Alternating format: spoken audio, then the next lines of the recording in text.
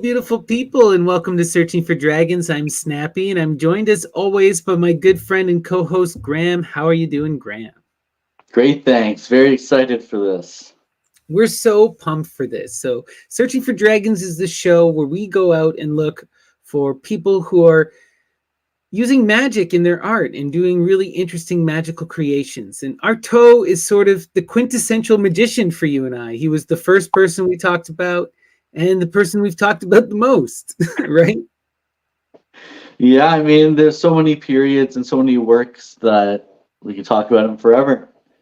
Well, and the thing that's really amazing about Artaud that I really want to stress for people and why he's such an interesting magical figure is because he does go through a death and rebirth that he invokes upon himself. His art is a living his life is a manifestation of his art and his philosophy.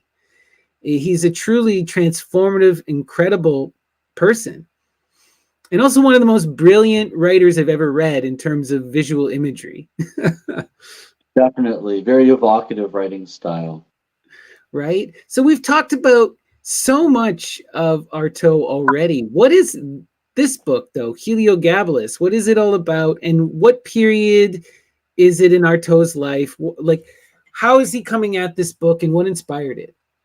Right. So, our Heliogabalus was published in 1934. He worked on it throughout the course of 1933.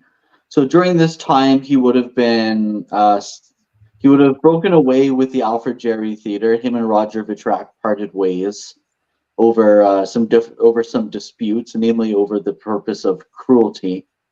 And so Artaud would have been writing his manifestos for what became the theater and its double, his Theater of Cruelty manifestos. And he was acting in film still at this time up until 1935. That was his primary way of making money. But he was fighting still his immense addiction problems that were precipitated by a stay in an institution in 1919. Oh, wow. One thing that stood out I heard about this book is just the incredible level of detail. Like, how's Artaud getting access to the history at this time? He doesn't have the internet. Like, where is he going? Where is he reading books like this?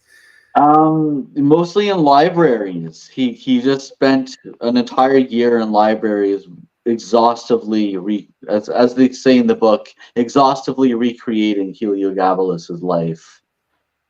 And during this time, he would have dug up all this esotericism and sorceress writing, which he incorporated into his Theater of Cruelty writings. He was already coming at it from a magical perspective, but this research more richly informed him. Right. So kind of after this, you really see the birth of Artaud, the magician, with the magical lingua and the whole, it's kind of interesting. Mm-hmm. He talks about ritual always, but it becomes more prevalent as time goes on.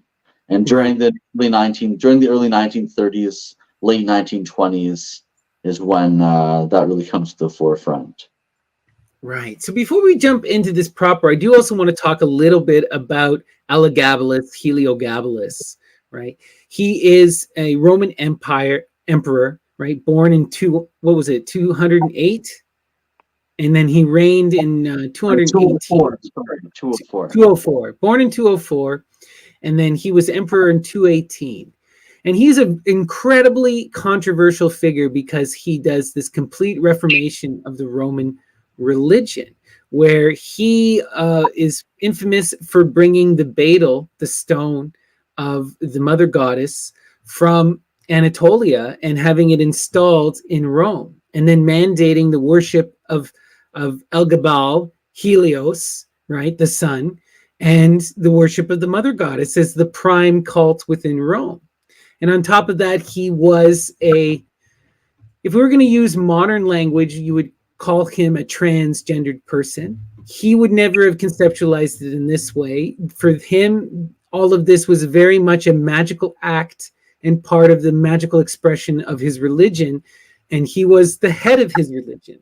But he did go through a gender transition process.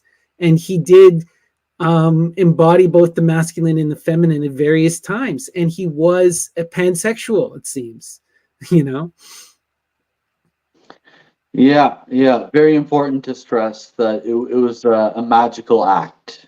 A lot of this it's an embodiment of a magical act. It's also important, though, that we understand that the vast majority of our information on Heliogabalus is coming from sources that are critical to him, specifically one writer, Cassius Dio.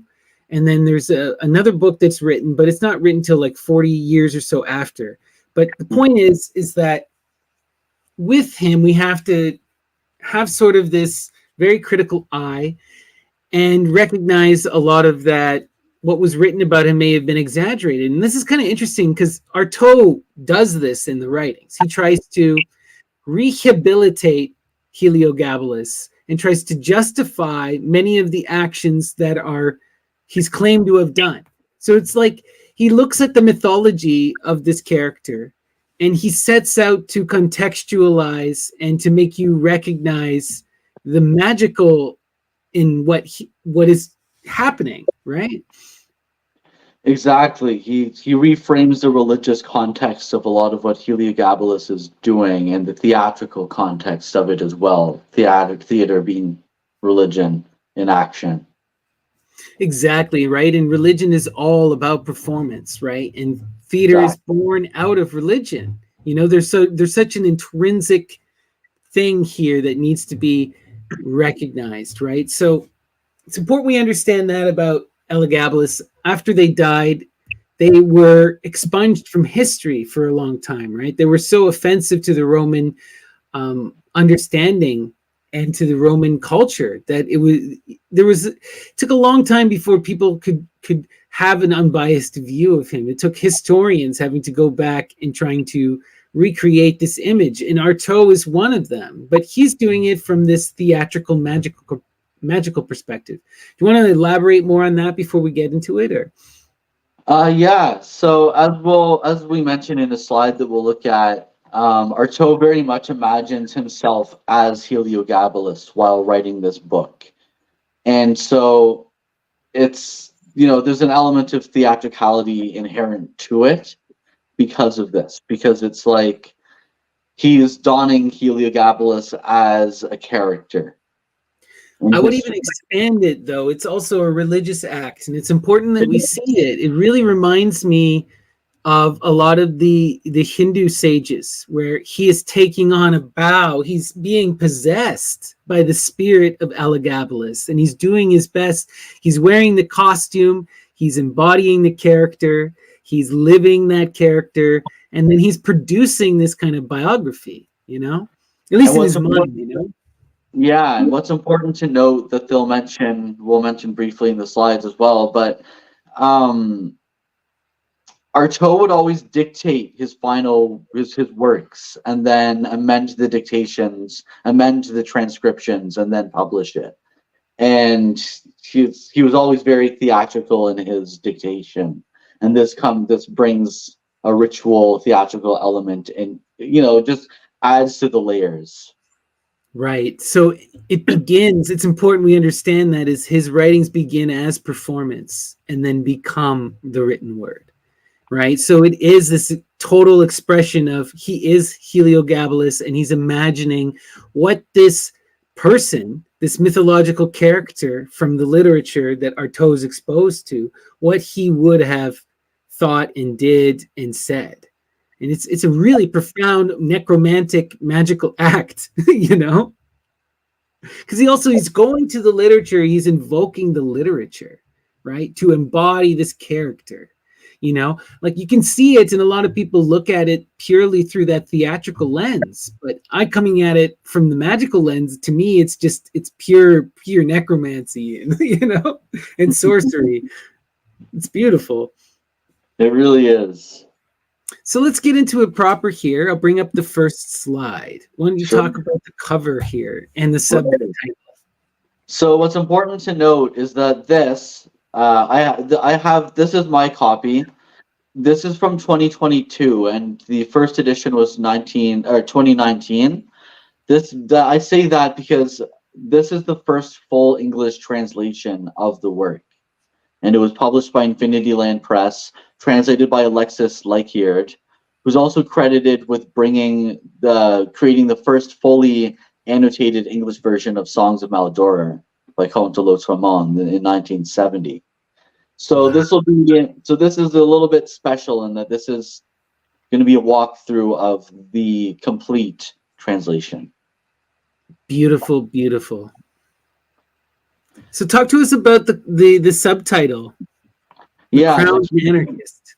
Heliogabalus, or the Crowned Anarchist. Artaud says that everything Heliogabalus does is anarchy in motion. And what he means by anarchy is that he takes this embodiment of the war, a war of the masculine and the feminine, and embodies them within himself. It's the constant shifting between the one and the many, and this creates a violence and a disorder. And that is the anarchy that Heliogabalus is trying to embody, according to Artaud. It's just so wild because on one hand, it's such a duality, because if he's embodying man and woman on one hand, but then he's also the emperor and the anarchist, right? The absolute authority and the one undermining authority. What's interesting is that we'll see that Artaud calls this union of principles a form of monotheism. Oh, wow. That's interesting. He refers to it as monotheism, and I find that quite interesting. Yeah, so interesting. So before we move on, talk to us about the cover, because the cover is also really provocative. What's going on here? Evocative and provocative. Yeah. So, this is the red, the blood, the violence that causes, this is the end of life, and then semen, the beginning of life. This is also red, represents the menstrua, the feminine, and then semen represents the masculine as well. And this cover is a literal mixing and combating of these principles. So wild, because you see a lot of the similarities in the Indian tradition, right? Like there's the masculine seed, the bija, is the source of all creation. And then there's the feminine is the blood. It's wow. Amazing. Interesting. All right, let's continue here. Sure. So this is just a picture of Heliogabalus at the time, or of Artaud at the time of writing Heliogabalus. Artaud, this was 1933, so he would have been about 37 years old in this photo. Wow. You can just see the intensity on his face. So, Artaud's highly distinctive poetic biography of the weirdly androgynous Sun King was first published by De Noël and Steele, Paris, in April 1934, with 6 illustrations by André Derain. Initially commissioned by De Noël, Artaud warmed to his task. He researched in libraries, reading voraciously and working all day, as he informed his friend Anaïs Nin at the time, and ended up dictating the book with considerable thespian relish. Indeed, the year after its appearance, Artaud would write, "The life of Heliogabalus is theatrical, but his theatrical way of conceiving existence strives to create a true magic of the real.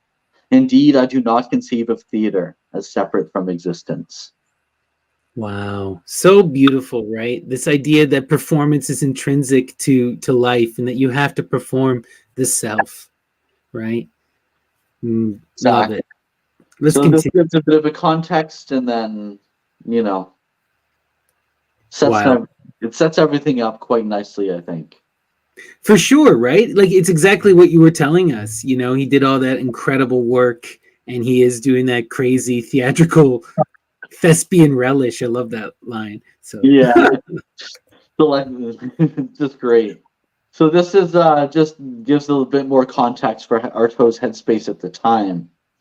The diarist and novelist Anaïs Nin was a friend of Artaud in Paris during that period, and in her journals she evoked Artaud's wild temperament during the era when he was exhaustively recreating Heliogabalus's life. Artaud sat in the Coupole Cafe pouring out poetry, talking of magic. "I am Heliogabalus, the mad Roman emperor, because he becomes everything he writes about." In the taxi, he pushed back his hair from a ravaged face. The beauty of summer day did not touch him. He stood up in the taxi, and stretching out his arms, he pointed to the crowded streets. "The revolution will come soon. All this will be destroyed. The world must be destroyed. Wow. An apocalyptic wild man. Gotta love it. Embodying and being possessed by Heliogabalus' spirit and screaming in a taxi. Screaming So about the Artaud. revolution. And for Artaud, the revolution is not a political thing. It's a transformation of the human as we know it. And if everyone undergoes this transformation, then everything will change.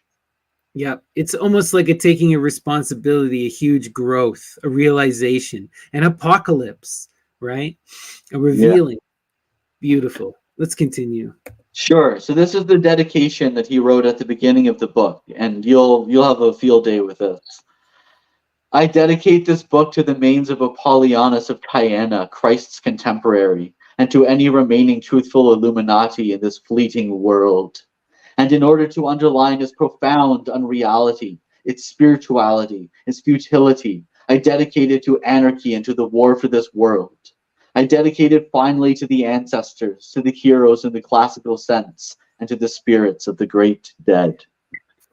Do I ever freaking love Artaud? Oh wow, this is such okay, first off, Apollonius of Tyana, magician extraordinaire, possible analog to Christ, and several people argue that Christ is largely based off of Apollonius, and the mythology is constructed later. Really interesting character. Almost got killed a bunch of times, worth really digging into. And I love how he connects this to the truthful Illuminati in this fleeting world. It's like those who are able to see and know the truth are disappearing, and there's some kind of secret cabal, right? Amazing imagery, because that's kind of the way I imagine a lot of these writers who know the mysteries and kind of talk about it in secret and then write letters to each other, Yeah. And then I love this. And in order to underline its profound unreality, its spirituality, its futility, I dedicate it to anarchy, into the war for the world, right? Anarchy to save the world. Interesting. Wow. And then finally, I love this dedication because it sets Artaud firmly within the magical tradition and firmly within this primitive mindset, for similar to people like Ludwig Klages.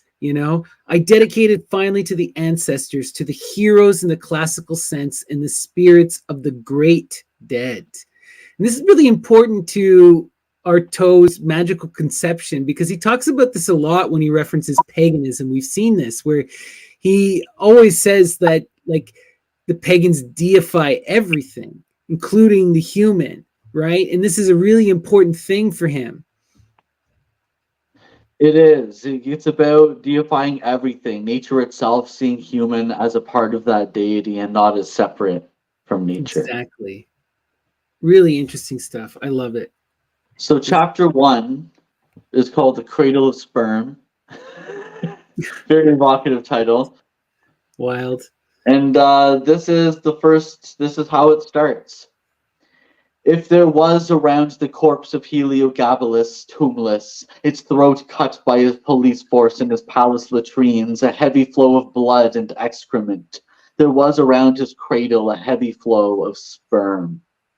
Heliogabalus was born in an era when everybody slept with everybody, and it will never be known when or by whom his mother was actually impregnated. For a Syrian prince like him, consanguinity came from the mother's side, and as regards of mothers, around this newborn son of a charioteer was a pleiad of Julias, and whether or not practicing when in power, all these Julias were high-class whores. Wow. That's so intense.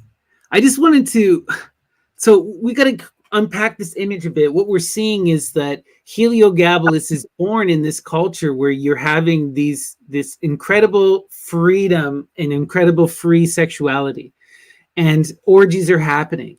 And on top of that, it's important to understand that the power in the lineage, the blood rights, are passed down through the matrilineal line.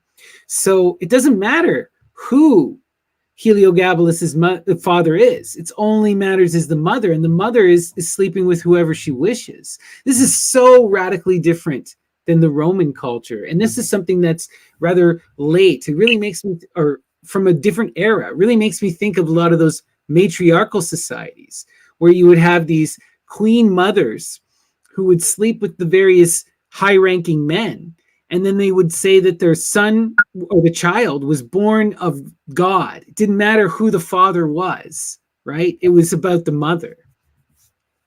Really interesting. Exactly. So let's continue. The next couple slides just sort of set up the stage for what Heliogabalus enters onto. The fact remains that history, going back from the feminine side to the origins of Heliogabalus, shelters inevitably behind this bare and senile cranium, this wagon and this beard which comprise our impressions of the face of the elderly Bassianus. That this old fossil served a cult doesn't condemn the cult, but those imbecilic and spewed up rites to which the contemporaries of the Julias and of Bassian and the Syria of the newborn Heliogabalus finally reduced the cult. The cult dead, however, and reduced to mere remnants of gestures to which Bassianus devoted himself.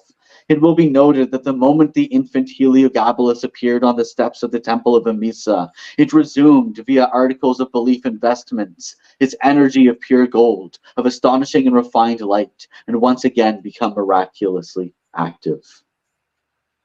That's so beautiful. Wow. So it's important to note here is that at one point there was this guy, Bassianus, who would have been the priest, and again, he reduced the cult to a thing of, the cult had been reduced to a thing of mere gestures and emptiness. And something about the birth of Heliogabalus reinvigorated the magic of the religion. At least that really sets it up as a cycle, right? And as a rebirth. The cult went through a process and it's coming again anew. And this is how Artaud is envisioning it in this magical mythopoetic lens. And it's important we understand this, right? He's writing a new mythology as much as he's writing a biography. Exactly. So this next, I'm not going to read all of this. I'm just going to point out that Bassianus had a series, 2 lineages of Julias. And some of them had the same names, Julia Soemia and Julia Mamaea and Julia Moesa being the most important. So Julia Moesa was married to Sextus Varius Marcellus, but was, however, doubtless impregnated by Caracalla or Geta. Caracalla and Geta were, I believe, cousins of Septimius Severus, who would have been the emperor at the time. Okay, so that's how the blood connection comes in. Interesting. Yeah. And we'll see how Septimius Severus connects a little bit later. What's important is that she gave birth to Varius Avitus Bassianus, later named Elagabalus, son of the Summits, false Antoninus, Sardanapalus, and finally Heliogabalus, a name seemingly the happy grammatical contraction of the most high denominations of the sun. Yeah, it is it is those 2 denominations, right? Helio and Gabalus. Interesting. Very interesting. Let's continue. So in the midst of this metaphysical barbarism, this sexual excess, which even through blood persisted in rediscovering the name of God, were born Julia Domna and Julia Moesa. They were born of the ritual sperm of a parasite, Bassianus, whom I myself can't see as anything other than mummified. This parasite planted his prick in the compressed kingdom of Emesa, which wasn't at first a kingdom but a priesthood. And all of it, kingdom, priesthood, priests, and priest king at its head, swore they'd been imbued with molten matter and were made of gold and descended straight from the sun. Okay, I got to point this out because this is incredibly important. Descended straight from the sun. The offspring of Helios, this is like ancient Greek cult. We're talking. You're talking Medea, Circe, right? You're talking those real deep connections to a lot of the magic that like someone like Dr. Ammon talks about. So this is putting him in that distinct lineage, is having the blood of Helios. So being a semi-divine figure. Exactly. Very important to know. Let's continue. From mother to son, the priests of Emesa, who for 1,000 years or more came from the Samsasyramids, handed down the kingdom and the bloodline of the sun.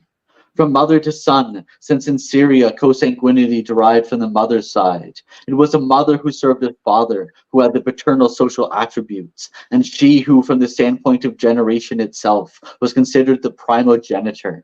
I stress, primogenitor. It means mother as father, that it's the mother who is the father and the feminine who engenders the masculine. And this must be reconciled with the masculine sex of the moon, which prevents those who worship it from ever becoming cuckolds. Nevertheless, sorry, no, just wild. I did want to point out this primogenitor thing is incredible, because it really makes me think of like a lot of those mother goddess cults, because they view the mother goddess as the creatrix, right?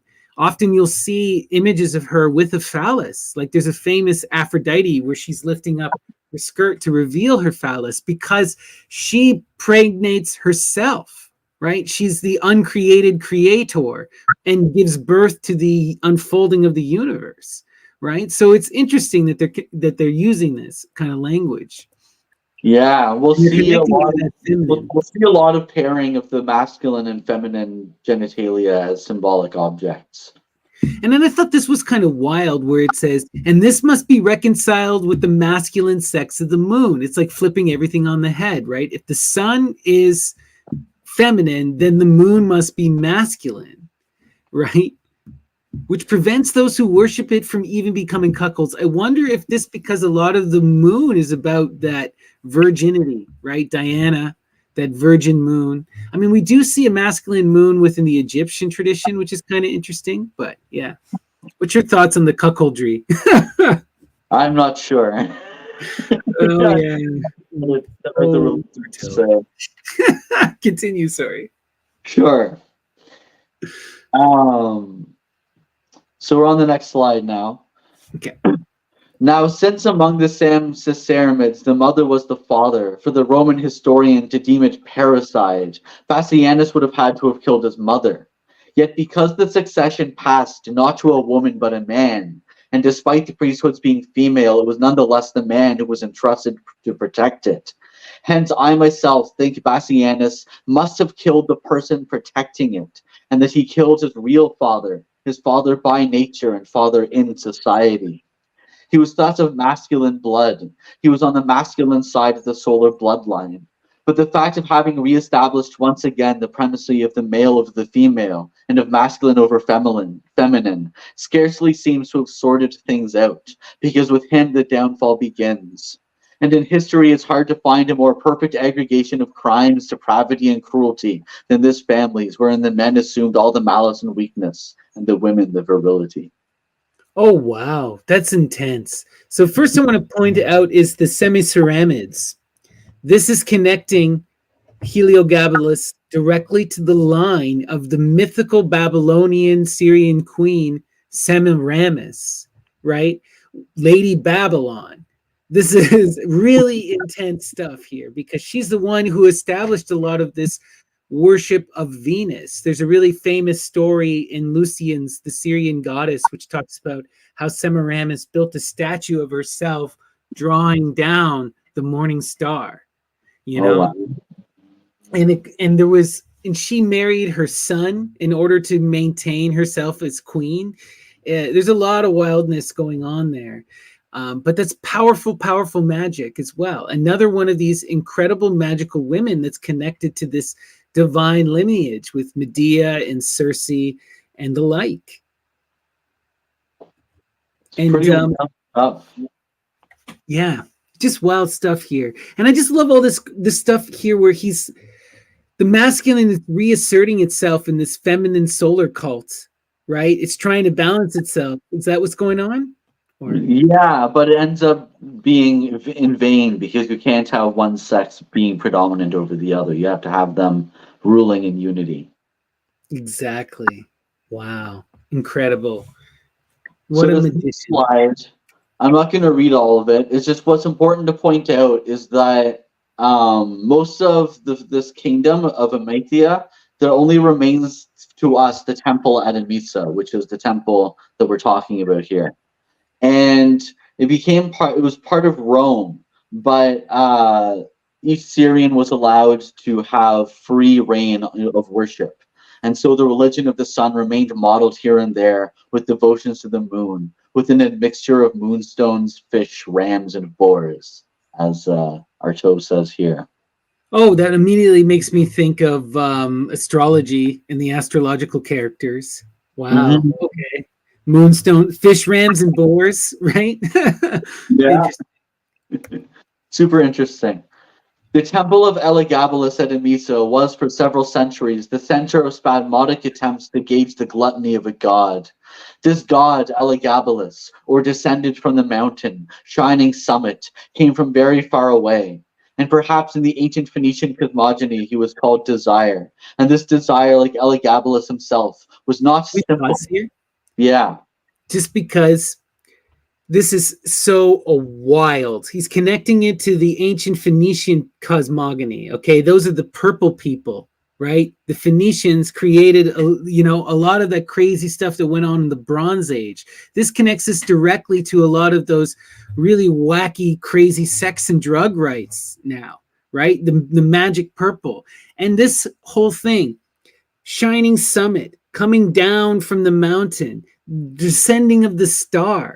Like, this is really powerful pagan imagery. We got to remember, in the pagan cosmogony, you're supposed to ascend the mountain to be placed among the stars. And now we have a god who is the star who descends the mountain to come onto earth, right? This connects directly to a character like Dionysus or Attis. Beautiful. What's also important to note is that Heliogabalus is the name of their deity, but Heliogabalus takes on this name and tries to be the embodiment. We'll It's talk also about that later. But so wild. I also wanted to point out this, where he says in the Phoenician cosmogony, he was called Desire. And this desire, right? So this is important because in the Orphic cosmogony, the earliest deciding force, the first kind of masculine force, is desire, is cosmogonic eros, right? It's this Luciferian energy that causes this movement, this eroticism, right? Wow. just wild stuff. Incredible. Continue, sorry. It's important. That's important. And this desire, like Heliogabalus himself, was not simple, since it resulted from the slow and multiple admixture of principles which shone deep down within the breath of chaos. Of all these principles, the sun is simply the reduced figure, one aspect good only for the exhausted and outcast worshippers. It must be said that the breath which was in chaos fell in love with its principles, and through this forward motion, this kind of idea which does away with darkness, a conscious desire was born. And in the sun itself, there were living sources, an idea of chaos reduced and completely eliminated. Oh, wow. That's so intense. The breath which was in chaos fell in love with its principles. This is the myth of Attis, right? When we were talking about, remember the other day when we were going through the hymn to the mother of all gods, what happens? Attis falls in love with the material, right? Breaks away from the chaos, the womb, the great mother, and then he falls into the principles of matter through this forward motion, right? It's amazing. This kind of Awesome. idea does away with darkness. A conscious desire was born. And in the sun, there are living sources of an idea of chaos. Within the one, you still have the many, right? And the sun is the most profound example of that manifestation of deity, of monotheism, like you were mentioning, right? Exactly. However, in the human body, what represents the reality of this breath is not pulmonary respiration, which would be to this breath what the sun in its physical aspect is to the reproductive principle, but this sort of vital hunger, changing, opaque, whose current sweeps across the nerves and battle with the intelligent principles of the brain. And these principles in their turn recharge the pulmonary breath and confer upon it all their powers. Nobody could claim that the lungs which restore life aren't under the command of a breath conveyed by the brain. And the head of Heliogabalus, god of Emesa, was kept very busy for all time. This is desire at play, right? That's that cosmogonic eros, that love energy. Love is what drives everything. Beautiful. I love this the interplay between the breath and the brain, the lungs and the brain. Everything is connected. Our mind is in our matter, but it's separate at the same time. They're working in tandem like a system. Beautiful. Well said. That's so true. There are black stones in the form of a male member, a female sex incised beneath. And these stones are vertebrae and precious corners of the earth. And the black stone of Emesa is the largest of these vertebrae, the purest and also the most perfect. Can you pause there? So Yeah. I want to point this out because this is incredible. These are black stones in the form of a male member and a female incised beneath. That is describing a lingam. Okay, in Shaivite worship specifically, but in a lot of various forms of Hinduism, you will have what's called a lingam. And on the top, you will have the linga, which is the phallus, the male member, but it is resting inside of a yoni, which is supposed to be the female vulva, right? And that forms the pedestal. And when they worship, they pour milk upon the phallus that then pours down into the pedestal, the yoni. Right? And together they are this sacred lingam. This is exactly what he's describing here. And Emesa has the most pure and most perfect lingam. Yeah. All right, continue. Yet there are stones living as plants or animals live. And just as one might say the sun is alive, with stains which shift, swell, and shrink, ooze into one another, merge, and are once more displaced. And when they swell or shrink, they do it rhythmically, internally. Just as one might say the sun lives. The stains live within it like a cancer, like the effervescent buboes of a plague. There is inside it pulverized matter which collects up like sunspots, atomized but black. Oh, wow. And this is true. There is this. Go ahead. The stone is alive. These black stones are living. That's what's important to point out here. And, exactly. Yeah. Or one of the important things, anyways. One of the important things, but it comes from the sun, right? And it is something that's almost been excised from the sun. And it's also reflective of the sun, too, right? It's that cancerous generation. This immediately makes me think of George Bataille and his black sun, the solar anus, right? That over-generative, over-producing thing that becomes cancerous. This is exactly what imagery that Artaud is connecting here. The effervescent buboes of a plague, right? The stains like within it like a cancer. Anyway, wild. And it's important that he mentions plague because around this, just before writing this, he would have written his manifesto, Theater and the Plague, which is the first major chapter in the Theater and its double. Wow. The small town of Apamea sub Emesa stands at the foot of Antilibanus. Sorry if I'm butchering any of this. In a landscape of extinct lava and crumbled bones. Its little temple of the sun moon possesses a hydromantic oracle, an oracle which is never mistaken. Wow. A hydromantic oracle, an oracle which is never mistaken, a temple to sun and moon. Hydromantic, this is the muse magic, an oracle of these water nymphs, right? Right. And it's never mistaken. Beautiful. Continue. Sorry. Toward one day in the ancient world, under the glare of the solar light, the whole family of Heliogabalus might have been perceived. The great-grandfather Bassianus, great-aunt Julia Domna, Julia Moesa the grandmother, walking in line like pilgrims. Bassianus, the jaundiced yellow, trudges slowly at donkey pace, and behind him are his daughters. At the stroke of noon, the hour the oracle speaks, they reach the second chamber of the temple and approach the sacred bowl. Oh, wow. The Life of Isidorus by Damascius contains a description of this oracle, which it is said foretells royalty for Julia Domna. And according to this, the oracle that day was particularly precise and particularly conscientious, because afterwards a horoscope was cast announcing to Julia Domna that she'd be queen one day.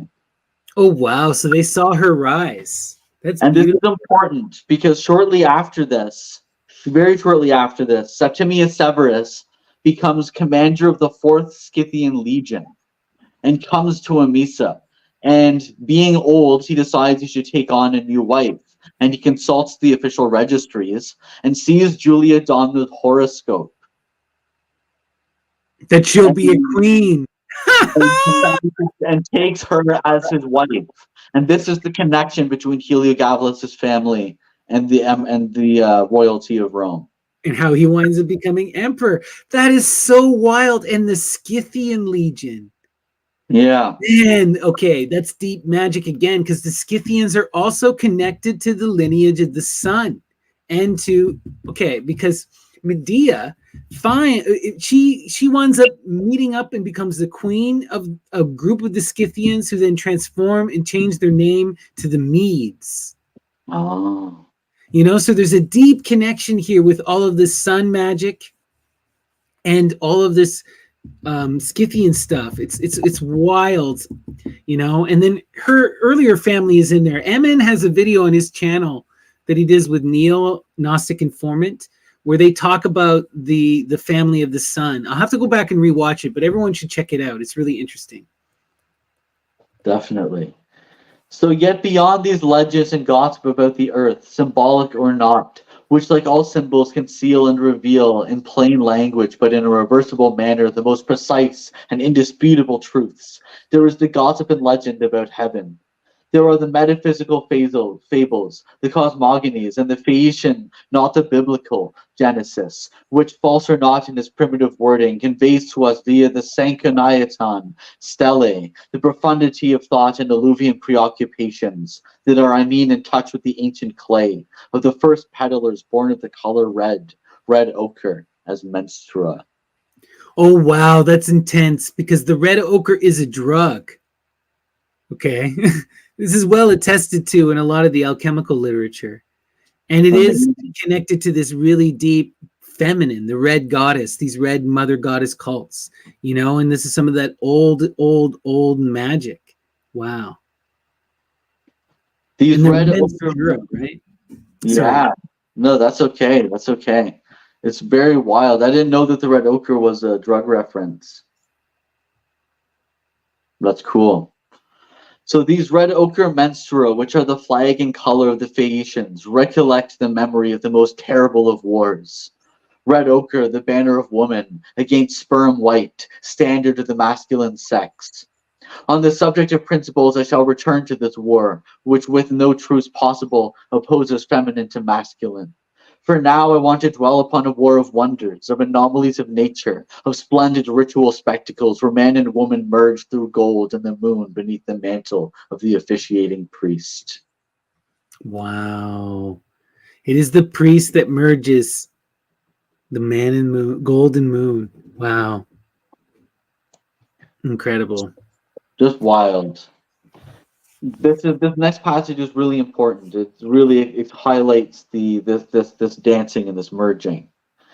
In Syria, the temples are sounding boards for real marvels, magical revelation, and a considerable number of temples seemingly placed there only to illustrate this war, these rites, these anomalies, vie with each other for splendor across the whole expanse of Syria. Some consecrated to the sun, others to the moon, without it being very easy to ascertain which is the female, which the male, and whether it be the male that has generated the female, or vice versa. There was the temple of the sun at Emesa, that apparently had primacy over the other temples of the male sun, as if there were several suns, with each particular one being the double of all the others, and the moon were the female double of a single and masculine god. And the temple of the sun moon at Apamea paved through with moonstones, and the one to the moon at Hierapolis near Emesa, outwardly consecrated to womanhood, comprising a male throne stunted and reduced, displayed no more than once a year and under the aegis of Apollo. That's Apollo. so. Do you want to stop? Yeah, I just wanted to say something about how, oh my gosh, this idea of applying the double to the gods is really important. Because when you start to break down a lot of that philosophy, you'll get into this. You'll recognize that a lot of the gods are doubles of one another. And it's interesting you bring up Apollo, because if you go to Macrobius' Saturnalia, he will tell you that the double of Apollo is Dionysus. Apollo is the sun in the day, and Dionysus is the sun in the underworld, right? So there's always this doubling that happens, and you can do this with just about any one of the Greek gods. It's kind of wild. Artaud is so connected to this pagan mindset. It's amazing. He knew what was up. Right? Apollo, signifying the sun in motion upon its course, the sun freed from a part of himself, the highest, and considered in its powerful momentum, the sun descended from his throne, and who accepts getting down to work, who is no longer king since not enthroned, nor immobile and is at work, and who has become the son of the king, as Christ is son of God. That's beautiful imagery, because this is what you see, right? You have the Titan Helios, and you have Apollo also described often as Apollo Helios, but then other times he's Apollo Phosphoros Daimon, right? He's that spirit that's close to us, that shines a light, that comes to the earth. He's that descending light upon the earth, who brings oracular prophecy, who slays the demons, who teaches people how to sing, how to make music, right? Beautiful. Just beautiful. It's here we get onto the scent of woman. We're on the next slide now. If instead of giving us an external description of the temple of Hierapolis, and his description is never more external than when he appears to gain access to and penetrate its inmost secrets, Lucian had had the slightest curiosity about principles. He would have examined the temple colonnades as to the extra-human origin of those female sexes in stone, which comprise the ornamentation thereon. This is the very principle of Ionian architecture. We need to pause here, because he references Lucian, and this is incredible. So Lucian is an amazing satirist, one of the greatest writers of all time, credited with inventing science fiction with his book True Story. Everyone should check out Lucian, but in this case, he's referencing a really famous book called The Syrian Goddess, where Lucian goes to Babylon, writes about Semiramis, and talks about the cult of the Great Mother and the rites that they're performing. This is where you get things like their initiation ceremony, where all these women priestesses would shave their heads, and the ones who wouldn't shave their heads then go out to prostitute themselves in holy prostitution. This is hugely important, because we're going to see that Heliogabalus engages in the holy prostitution. And this, we have Lucian for the attestation, right? Because he went there. Wow. Exactly. So he's describing these temples. So let us return to his documentary description. This description has the advantage of establishing a certain number of details, concrete though superficial, and it defines this innate taste for decorum, this love of marvels, real or false, among a race for whom the theater was not on a stage, but in life. That's so amazing. And it's so true to what you've been saying about theater, and to Artaud's idea of theater, and just the original Greek conception, right? There is no separation between the stage and the performance, or the audience, right? And life itself is a performance. Across cultures in ancient theater. It's not just the Greeks, you know. In a lot of these ancient societies, there was no fourth wall. Right. No, the fourth wall is a modern concept. Mm-hmm. Beautiful. So the audience would have been engaging in the ritual. So on entering to the left of the temple, one finds a throne reserved for the sun, but the figure of this god is not there. The sun and moon are the only two deities whose image they do not show, for they say there is no purpose in making statues of deities who show themselves every day in the sky. Oh, that's deep. That's interesting. I love that. So these next few slides, they're a little bit long, but they're important. It's going to describe a rite of Apollo.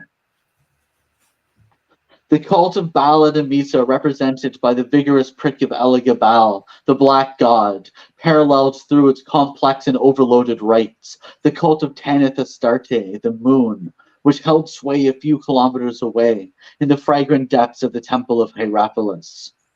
There it was in this temple consecrated to woman's vagina, to her deified sex, that a sweating and bearded Apollo would emerge during the main festivals, and would consecrate his oracles through the voice of the high priest, advancing or retiring upon the shoulders of his bearers. This Apollo, all in gold, with a thick fringe of black horsehair affixed beneath his chin, arrives borne on men's backs, carried by a dozen or so tottering bearers who can scarcely manage to support his weight. The crowd bows down. The incense rises as if streaming from every orifice. At the far end of the temple, the high priest awaits the god, himself painted with insignia laden with gemstones, rags, feathers, erect, frail, like a bull's tongue in the air, dripping gold.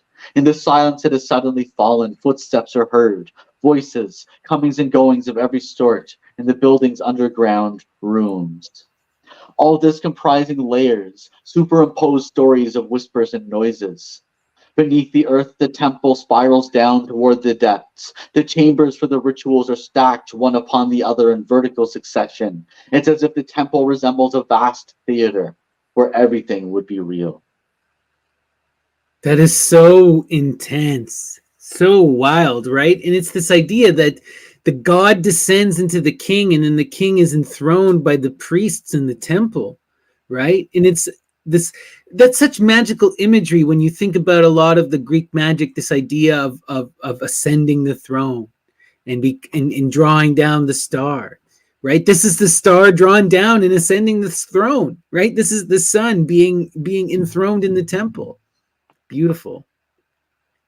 At the moment of the appearance of the god, the drunken god who makes his guardians stagger, the temple vibrates in harmony with the stratified vortices of the basements known of and located since remotest antiquity. In the ritual chambers reaching down to several hundred meters below ground level, the watchers pass the word, give voice, strike gongs, and make the horns moan so the vaults resound with echoes. On the wing of cries, on rolling clouds of incense and noise, like moving masses of smoke, the high priest interrogates the oracle, sounds him out, invokes him with great shouts rhythmically. Then one sees the madman god, whose beard forms a great black hole in the midst of the gold in which he is utterly drowned. One sees the god grow agitated, foam at the mouth as if beset by rabies or stricken with inspiration. If the oracle is favorable, if the response of the oracle is yes, the god pushes his bearers forward. If the oracle is unfavorable, if the response is no, the god pulls his bearers back. Wow. Okay, this is so wild. I just want to point out to people this idea that he is the maddened god, right? The god, drunken god, right? He causes the guardians to stagger, right? He vibrates in harmony. This is Dionysus, right? Dionysian Apollo. The one who sees the madman god, whose beard forms a great black hole in the midst of the gold, the black sun, in which he is utterly drowned. See the god grow agitated, foam at the mouth as if beset by rabies or stricken with inspiration. Dionysus. Anyway, crazy. Holy shit. Oh, I went ahead one. Sorry. Here we go. No worries. So all this scarcely accounts for one particular external aspect of the religion of Astarte, the moon, bizarrely intermingled with the rites of Apollo, the bearded sun. But one must emphasize the presence of those two pylons aligned one behind the other, standing in the temple's interior. The two pylons representing phaloi stand on the same axis of the sun in order to form, at the point where the sun rises at a certain time of year, a sort of ideal line along which the temple is sited, so as to ensure that the shadow of the first column, the nearer one, coincides exactly with the shadow of the second.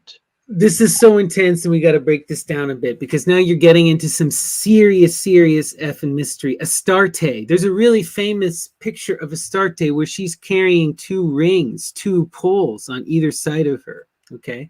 When you go to, there's a temple to Heracles, Phoenician temple, and there's all these descriptions that there are these two pillars, and then in between the pillars you have the goddess, right? She is the one who decides which pillar reigns in heaven and which one reigns in the earth. These are this cyclical rights of the masculine and the feminine, which gets to rule and which doesn't. And this is our divine trinity. You know, you have the intersexed mother, that divine creatrix, and then you have the two phaloi, who are representative of these two different descending powers who are competing amongst each other, masculine and feminine. And what wow. Certain time of year, their shadows become one. They merge. Right? And they reflect the mother from which they came. Intense. Such magical, powerful imagery. And Artaud is seeing all this. He's seeing it all. God, he's such a wild magician. So wild. That is the signal for an intensive sexual orgy in which everyone, especially religious, and even those not so, would be careful to take part.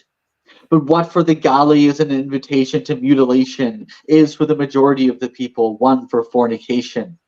While the new virgins are sacrificing their freshly attained virginity upon the altar of the moon, their devout mothers, getting out of the family gynaeceum for a single day, give themselves to the temple sewermen, the keepers of the sacred sluices, who also emerging from the darkness for a day, come to offer up their male sexes to the rays of the sun outside. Wow. Yeah, we've read, there's a lot that's written about these kind of orgy rites that happen in Syria, specifically, you know, in ancient times, and really intense, powerful stuff. Definitely. We should talk about the Galli. Sorry, I forgot to mention the Galli before we get into it. So the Galli, these are the followers of Gallus or Attis, who is the Milky Way and is also the descending matter into creation, Dionysus, right? If those of you who watched our deep dive into the Hymn to the Mother of Gods will remember all the stuff about Gallus and Attis, where they're the one who they become enamored with creation, fall in love with creation, and they descend to the deepest depths, into the mud and into the cave with the nymphs. And it is there in the nymphs, in the deepest of despair, that the sun in the form of a beast shows up and helps them ascend from the water and drives them to madness. And in this madness, Gallus Attis castrates themselves and then goes through this process of divine imitation where they try to embody the mother and return back to her, right? Wild stuff. So the Galli are these priests, these male priests who go through a transformation to become female priestesses. You know, and within this tradition, they would have been seen as women, as divine priestesses, as blessed by the goddess, the great mother, right? Exactly. And it's said that once they castrate themselves, they're given women's clothes to don. Yeah. So with these Galli who scatter their members as they run, who shed their blood in abundance on the altars of the Pythian god, women become suddenly besotted, and the husbands, the lovers of these men, respect these sacred loves. Such amorous explosions last only a short time. The women soon leave the corpses of these men garbed in the female attire they've assumed during their fatal race. This is so wild, you know. In the Syrian goddess, they talk about Lucian talks about how the Galli would cut their testicles off and then would throw them at women's doors, and then the women would come out and dress them. And and they would have these kind of crazy orgies. And you got to remember, often like they're just doing a partial castration where they would be removing the testes, and effeminizing themselves, but many of them could still have an erection and engage in sex, and now they can no longer procreate. So a lot of these eunuchs were actually used as sex slaves for women. Okay, so there's a lot of wildness here. And I also want to point out the Pythian god. This is the snake mother, the divine snake mother. This is that ancient stuff that the Olympian religion supplants, right? Because in the story, the Pythia is the original oracle, the original one who gives the messages at Delphi. But Apollo slays Python and replaces himself as the oracular vision there. But there is this older feminine tradition of the snake that is where this really truly comes from, Right. Super important to point out. So Heliogabalus was born at Antioch in the year 204 during the reign of Caracalla. And Caracalla, Moisa, Domna Soemia, the mother of Heliogabalus, and at that time widow of Varius Antoninus Macrinus, and Mamea, mother of Alexander Severus, and widow of Gassius Marcianus, curator of crops or of waters. All of them slept together, acting frenziedly and banqueting, while all around themselves they provoked the trances of the Syrian fakirs. That's so wild. And he's connecting it to a more modern tradition. This is something I love, right? Because the fakirs, right, these are modern Sufi dancers, and he's seeing this frenzy that these banqueting orgies it's Dionysian, right? Just another name, right? Oh wow, that's so crazy. Let's continue here. So then there occurred, a long way away, near a temple of the male moon, the god Lunus, the assassination of Caracalla as he got off his horse for a piss. And Macrinus, the new emperor, installed himself upon the throne of Rome without ever returning there, imagining he could govern from furthest Syria, where he then was, and whence he had perpetrated the assassination of Caracalla. So what's important is that Septimius Severus has died of an illness during a battle, and Caracalla becomes emperor. And then Caracalla is assassinated, probably from the political intrigue of Macrinus. Interesting. That's wild. Heliogabalus' mother happened to be in Rome when he was conceived, and consequently Caracalla might have been his father, despite only being 14 at the time. Yet why shouldn't a 14-year-old Roman, son of a Syrian woman, have managed to sire a child by an 18-year-old Syrian woman? Heliogabalus wasn't actually born in Rome, but his luck had it at Antioch, in the course of one of those mysterious shuttles to and fro which the Bassian family would make between the court of Rome and the temple of Emesa, by way of the military capital of Syria. Interesting. It is the year 211 AD. Heliogabalus is about 7, and already for 2 years he's been priest of the sun. Amazing. So what's important is that at the age of 5, they make Heliogabalus the priest of their religion. So he's born and indoctrinated into this. We got to understand that, right? He had no choice. He just became part of it. Now I return to Heliogabalus, who is young and enjoying himself. From time to time they dress him up. He is thrust onto the temples and is made to effect rituals his mind can't grasp. He officiates with 600 amulets that form girdles about his body. He whirls around the altars consecrated to the gods and goddesses. He absorbs rhythms, chants, odors, and multifarious notions. And the day comes when everything coheres, when the sun's blood fills his head like dew, and each droplet of solar dew becomes an energy and an idea. Oh, wow. An energy and an idea. And, when he's talking about ideas, he's meaning this in a much more profound sense. This is an act of creation. Wow. Beautiful. On the pedestal she placed under the sacred statue of the little prince, the beauty of Heliogabalus played its part, as did his surprising intelligence and his precocious development. Heliogabalus early on had that sense of unity, which is at the root of all myths and all names. And his decision to call himself Elagabalus, and the zeal he showed in living down his family and name, and in identifying himself with the God who protected them, provides a first proof of his magical monotheism, not only of the word, but the deed. This monotheism he then introduced into the things he did. And it's the monotheism, the universal unity, that obstructs mere impulse and the multiplicity of things, which I call anarchy. So now we're seeing the embodiment of the contradiction that is Elagabalus, right? He is trying to be this monotheistic patriarchal son, but he can't be this. Oh, wow. This is interesting. And the monotheism, again, comes from the merging of the masculine and feminine into one being. And it's this oneness that he's worshiping. And that's why Artaud is calling it a monotheism and not a polytheism. Right? And it's this oneness, it's kind of part and parcel of a problem, though. Right? It obstructs mere impulse and the multiplicity of things. It causes anarchy. Interesting. Wow. I love this next part.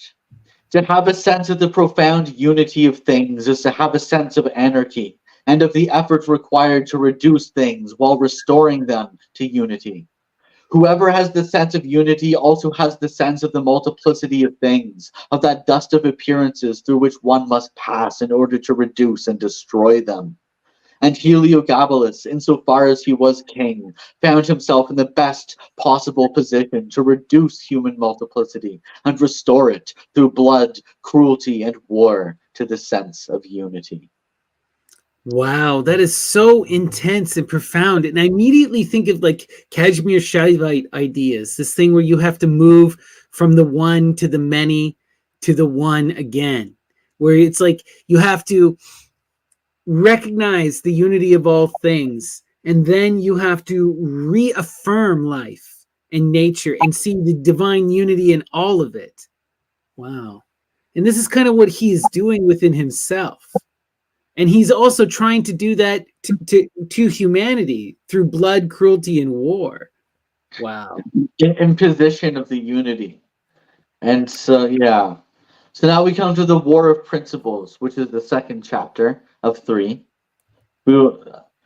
He says, if nations ended up by considering the gods as beings veritably separate, if they mistook the significance of these gods, we should note that each nation taken in isolation and at the same moment in time and space has always tried to organize its powers hierarchically, and that wherever a feminine one overlaid a masculine one, and vice versa, in the minds and hearts of the people who placed above them upon pedestals those essentially contradictory gods, the masculine was masculine and the feminine feminine, with no inversion of nomenclature possible. I must say forthwith that the same name would never apply to two forms made apparently so that one might devour the other. And the Syria of the era of Heliogabalus took to a supreme point the notion of this mysterious fusibility. So he's saying that in any generation, when there's a masculine presiding over the feminine or feminine presiding over the masculine, there's an imbalance. And he's about fusing the two poles into a new way of orchestrating reality. This makes me think so much of the mystery, right? We see this explicitly within this idea of the child to come, who's going to be that intersexed being. In some stories, you see this representative of that Telesphorus, or the god of silence, right? What is his name? Harpocrates, right? Who's this birth of this potential where you're coming together of the masculine and the female, and you're creating a new cycle. You also see this explicitly with Athena and the Orsteia and a lot of this stuff, right? Athena is born when Zeus has a prophecy that his child is going to overthrow him. His child he's going to have with his twin sister Metis. So he consumes his twin sister to prevent this. But instead, what happens is he gets a massive headache. So they try to crack open his head to prevent the headache, right? And what pops out? Athena. And Athena is born out of his wisdom, out of his mind. And she then wields the spear. She has that masculine power, but she's also this feminine power. And she is able to bring the court of law and to bring democracy and to build the city and overcome that, this bringing together in unity, right? Exactly. And this is what Heliogabalus is trying to embody, but in different words, really. Exactly. So what differentiates us from the pagans is that at the root of all their beliefs, there is a dreadful effort not to believe in man in order to maintain contact with the whole of creation, with divinity, that is. Didn't I just say that this is kind of like one of Artaud's central beliefs, that in the pagan world, everything is deified and man is no exception? Exactly. You called it. You just said it. All right, let's go. I know well enough that the smallest impulse of love brings us nearer God than all the knowledge we may have about creation and its stages. But love, which is a power, involves will. One doesn't love without the will, which passes through the consciousness. It's the awareness of the consensual separation that leads us to detachment from things, that leads us back to the unity of God. This is so beautiful, because this really immediately makes me think of Crowley, right? His axiom is do what thou wilt, love under will, right? Love, which is a power that involves will. One doesn't love without the will, which passes through the consciousness. Wow. This is a way of Artaud saying love with the will, you know? It's like love is guiding the will. Exactly. And this is what it's always been about. Like, that's the central magical thing, is to learn how to do what you need to do in flow and in love, right? So you don't hurt anyone else. Wow. Amazing. Let's keep going. This said, I hark back to the contradictory names of the gods, and I call these gods by name. I don't call them gods. I'm saying that these names were names for forces, ways of being, modes of the great power of being that changed into principles, essences, substances, elements. The ancient religions from the very beginning wished to take a look at the Almighty. They didn't separate heaven from man from all creation, since the origin of the universe. And one might even say that from the beginning, they understood creation. Wow. That's so beautiful. Oh, wow. And one didn't even say that at the beginning they understood creation. Interesting. And it's this idea, right? Like, the gods are human because we're human, right? That which is above is the same as that which is below. And we conceptualize a reality through the lens of the body and through human terms, you know? But what's important about the gods is the name. This is, again, deep Greek magic. Iamblichus would love Artaud, right? You need to know the true name in order to call down a deity, because it's that name that gives it power and essence and principle, right? Interesting. Exactly. You'll really like this next passage. Now I consider that we do need to know, and that our only need is to know. If we could love, and love at one fell swoop, knowledge would be useless. But we have unlearned how to love, under the influence of a sort of fatal law that originates in the very weight and richness of creation. We're in creation up to our necks. We're in it with every organ, the strong and the subtle. And it's hard to reascend to God via the graded road of the organs, when those organs fix us within the world we inhabit and tend to make us believe in its sole reality. The absolute is an abstraction, and abstraction requires a strength opposed to our fallen human estate. Oh, wow. Gosh. Just when you think Artaud can't get any more mind-blowing, show you how much he knows. Like, this is incredible, right? If we could love and love at one fell swoop, knowledge would be useless. But we have to unlearn how to love under the influence of a sort of fatal law. This is incredible. It makes me think of what is at the essence at the beginning of creation in a lot of these stories. You have that primordial person who is sacrificed, ripped apart, separated, the ultimate inversion of love. But why? The one becomes many so that it can know. Because the true love can only be experienced within separation. You have to see yourself reflected in the other and desire them back to you. And that is only way that love can be produced. It is through that act of suffering and death. Wow. So crazy. Yeah. And this idea too, right? Hard to reascend to God via the graded road of the organs, when those organs fix us within the world we inhabit and tend to make us believe in its sole reality, right? This other thing is that the more we separate and the more we come apart, the more we can no longer imagine that grander unity. And we are bound to the material. Sorry. Go ahead. We need to see the spirit in the flesh, is what he's saying. Exactly.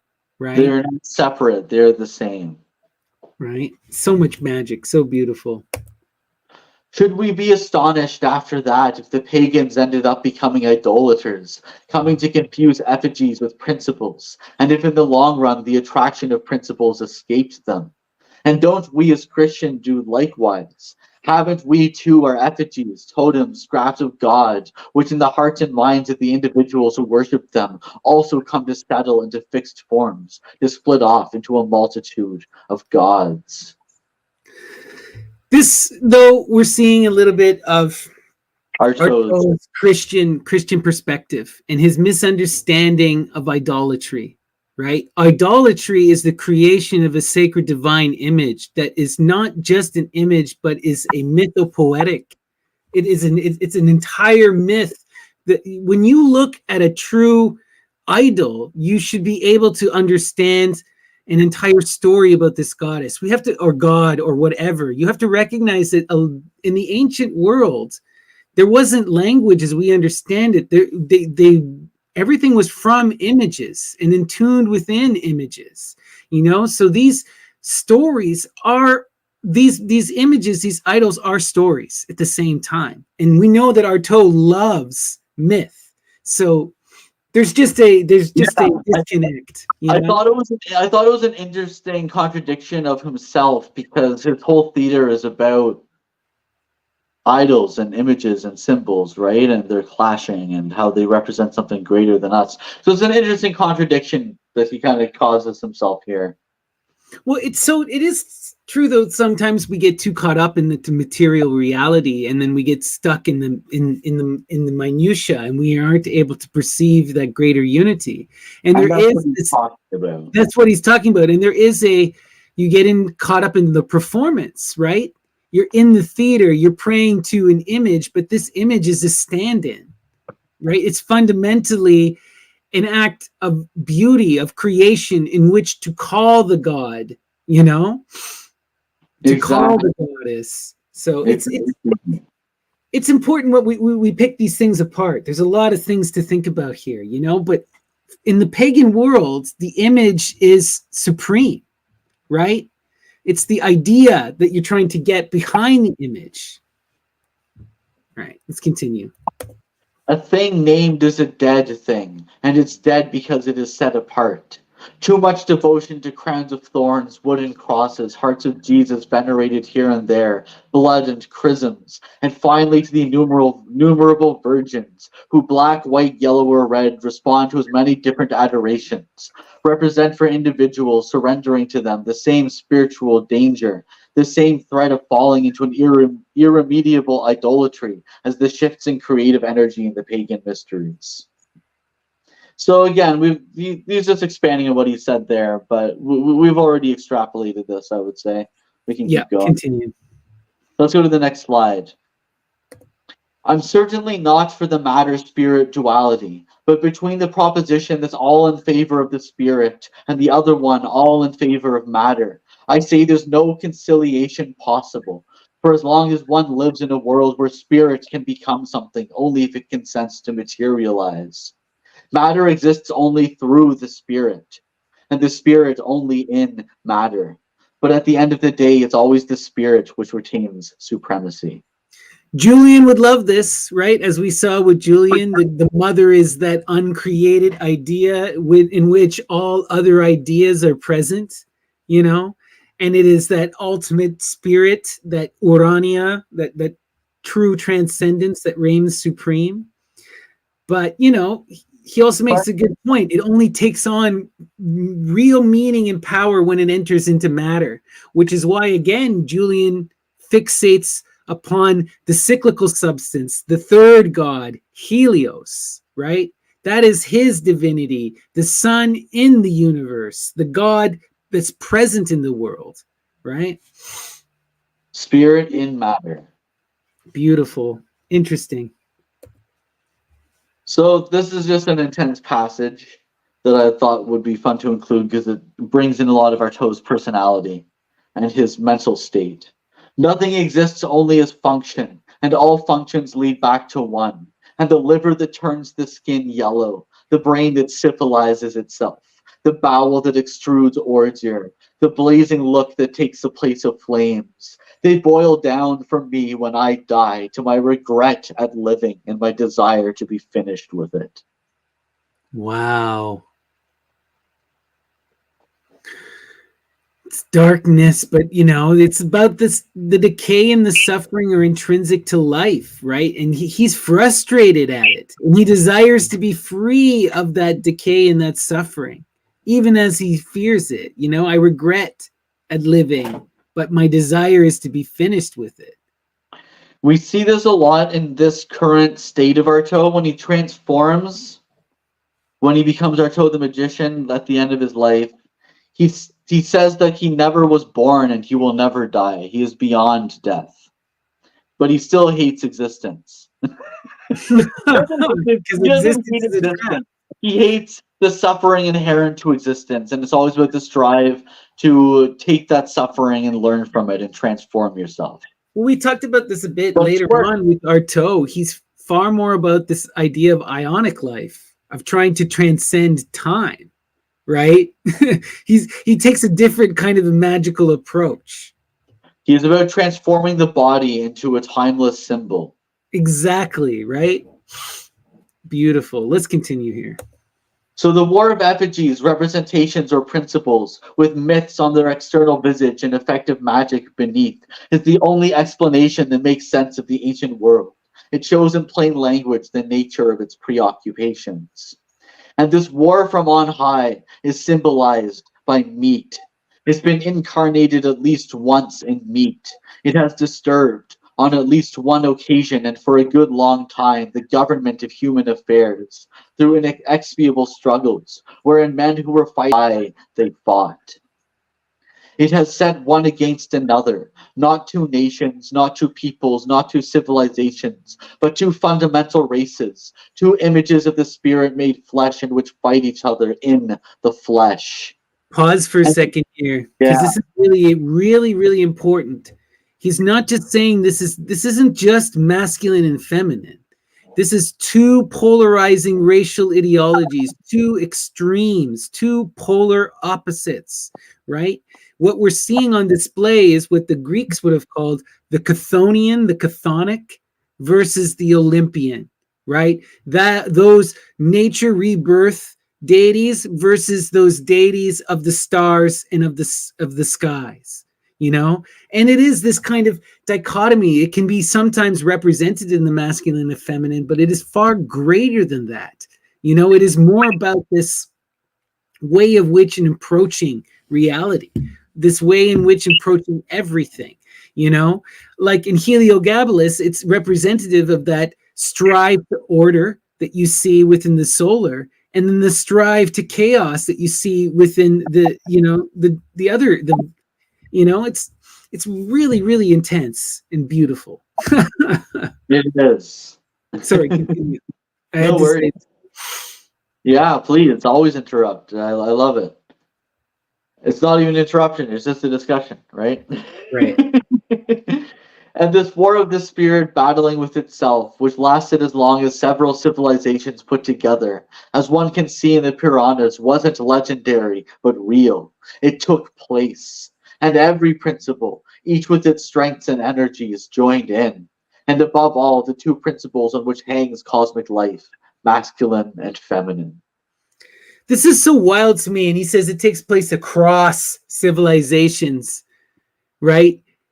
Wow, this makes me think of the constant cycles that we're seeing now. We're now in this state where we're seeing this shift where patriarchal civilization is starting to be deeply, deeply resisted against and supplanted. And it has been a slow transformation since the Dark Ages were that absolute patriarchal control in the Western world.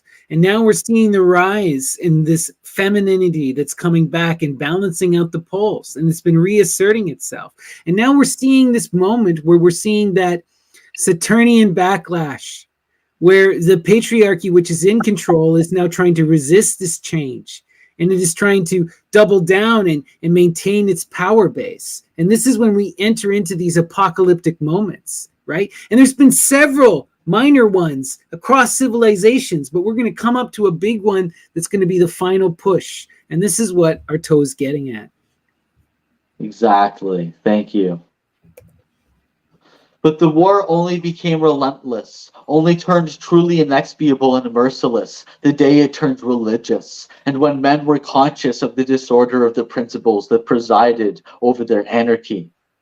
It was in order to cut short this separation of principles, to reduce their essential antagonism, that they took up arms and fell upon one another, quite convinced that only a reduction of carnal substance was able to provide counterbalance in heaven and to provoke their fusion, this positioning of essences, which is obtained with blood alone. Oh, that's so wild. This is a transition from sacrifice to war, right? This is the patriarchal shift.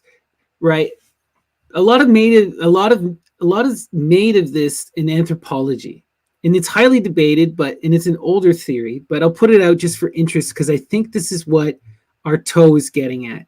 But in a lot of these older matriarchal societies, you have sacrifice, and sacrifice is utilized to deal with male violence and population control. So what you would do is you'd have the matriarchy only allow men who were well behaved to live and reproduce. And any man that was a problem, or in some societies, all male children even would be sacrificed as a way to curb this violence. But then later on, you see a shift where you have the rise of war, where what you do is you have these nations that then go to war and send all their young men to die off in war as a different type of sacrifice to a different type of patriarchal god. Now you're not praying and sacrificing to the mother, you're praying and sacrificing to Ares, and you're sending out all your young men to go die for a cause, to spread ideology or to spread your control. So it's a shift. It's like a different type of sacrifice, and it's a patriarchal blood one. And it's wild is that you're seeing this patriarchal mindset that is trying to transform society, that's trying to manifest the ideal through blood. And Artaud is saying that will never happen. You know? It's not going to work. This kind of sacrifice is short thinking. It doesn't solve any of the problems, right? Exactly. Thank you. Very well said. And this war is wholly within the religion of the sun, and one finds it in some degree sanguinary yet magical in the religion of the sun practiced at Emesa. And although for centuries the warriors had not been prompted to clash, Heliogabalus followed its trail in the line of a spirit of aspersion of the Toroboli, that magical line which on returning to Rome he'd mark simultaneously with physical cruelty, theater, poetry, and real blood. Oh wow, what's he getting at here? What's the Toroboli? That I'm not 100% sure. I was hoping you could have. I think it's some time of a festival, but I'm not 100%. It's practiced the ritual sacrifice of a bull. Yeah, that's what I thought it was. Yeah, ritual sacrifice of a bull. Wow, that's ancient Dionysian type stuff, right? And the sanguinary, right? Connecting it to the blood rights, the magical line on which returning to Rome, you know, and this bull is supposed to represent that masculine, right? Because what you see again as societies become, as they evolve and over time, it's not like a grand upset. As this matriarchal power starts to lose, you start to see, or lose sway, you see a shift where instead of human sacrifice, you have an effigy, right? What represents that masculine power? The bull, right? And there's also all this stuff with Dionysus and the leaping of the bull, and Mithras, right? And the slaying of the bull. There's all this astrological stuff going on as well with Tauros. And Tauros is connected to this divine feminine and to this unfolding of the natural law, right? Exactly. Wild. You're really going to like this next passage, I think. If instead of dwelling upon his depravities, because such anecdotal description panders to their taste for lewdness and their love of glibness, the historians have truly tried to understand Heliogabalus, it's not so much in his own personal psychology, but rather in the religion of the sun that they should have sought the origin of his excesses, his follies, and his highly mystical lewdness, which had the gods as coadjutors and witnesses. Above all, they should have noted this detail of the solar tiara with the horn of Scander, of Ares that is, which makes Heliogabalus the successor on earth and acolyte of Ram and his mythological odyssey. And then they would have understood the rationale and origin of this incredible mixture of cults, moon, sun, man, woman, whose living semblance and striking geography Syria is. Is he referencing the god Ram, like Rama? Yeah. Oh, wow. Successor on earth and acolyte of Ram. That is incredible. And then they would have understood the rationale and origin of this incredible mixture of cults, moon, sun, man, woman, who's the living semblance of striking geography, right? And this connects it back to, he was talking about the Puranic wars and all this stuff. Ram is the one who ends all that fighting, right? He kind of ends a lot of the wars and then brings about a golden age. And there's a lot of craziness that goes into, but it's actually about the separating of the male and female with Ram. Because what happens, it's kind of mirroring, it's kind of wild. Because what happened, oh God, fuck, Artaud is so well read and so insane. But in the Ramayana, what happens is you have Rama and Sita. Sita becomes abducted and taken away, right? And placed within Lanka by this demon, right? The demon that gets taken. And then Ram has to go on this journey to save her and bring her back. But even after he saves her and he brings her back, he can never fully accept her because there's always this doubt. There's always the thought that she may have slept with the demon. And so Ram, because he has to be this king, has to be this divine figure, he has to banish his love, right? And she even accepts it because they see this as their fate, as necessary for the ending of all this violence and stuff. So Sita goes off into the woods and she winds up having twins by herself. And then she teaches the Ramayana, the song about their father, to the twins, who then go and relay it to their dad. And only then does he bring her back. But even still, he tells her, I can't accept you as my wife because you haven't been able to prove yourself in purity. She walks through the fire, isn't consumed by the fire, and they're like, well, people will still doubt. And so in the end, she cries and returns to the earth. This is in one of the versions. There are many different versions of the Ramayana, but the aspect of this separation of the masculine and the feminine and how they can never be reunited, at least at that time, for the sake of maintaining balance, is such a powerful theme. And now we're seeing this inverted in the image of Heliogabalus. Wild. Amazing. I didn't know much about Ram, so thank you for interesting. filling me in on that. The life of Heliogabalus seems to me a typical example of this sort of dissociation of principles, and the life-size statue taken to the utmost extreme of religious mania, aberration, and lucid lunacy the image of all the human contradictions and of the contradiction within principle.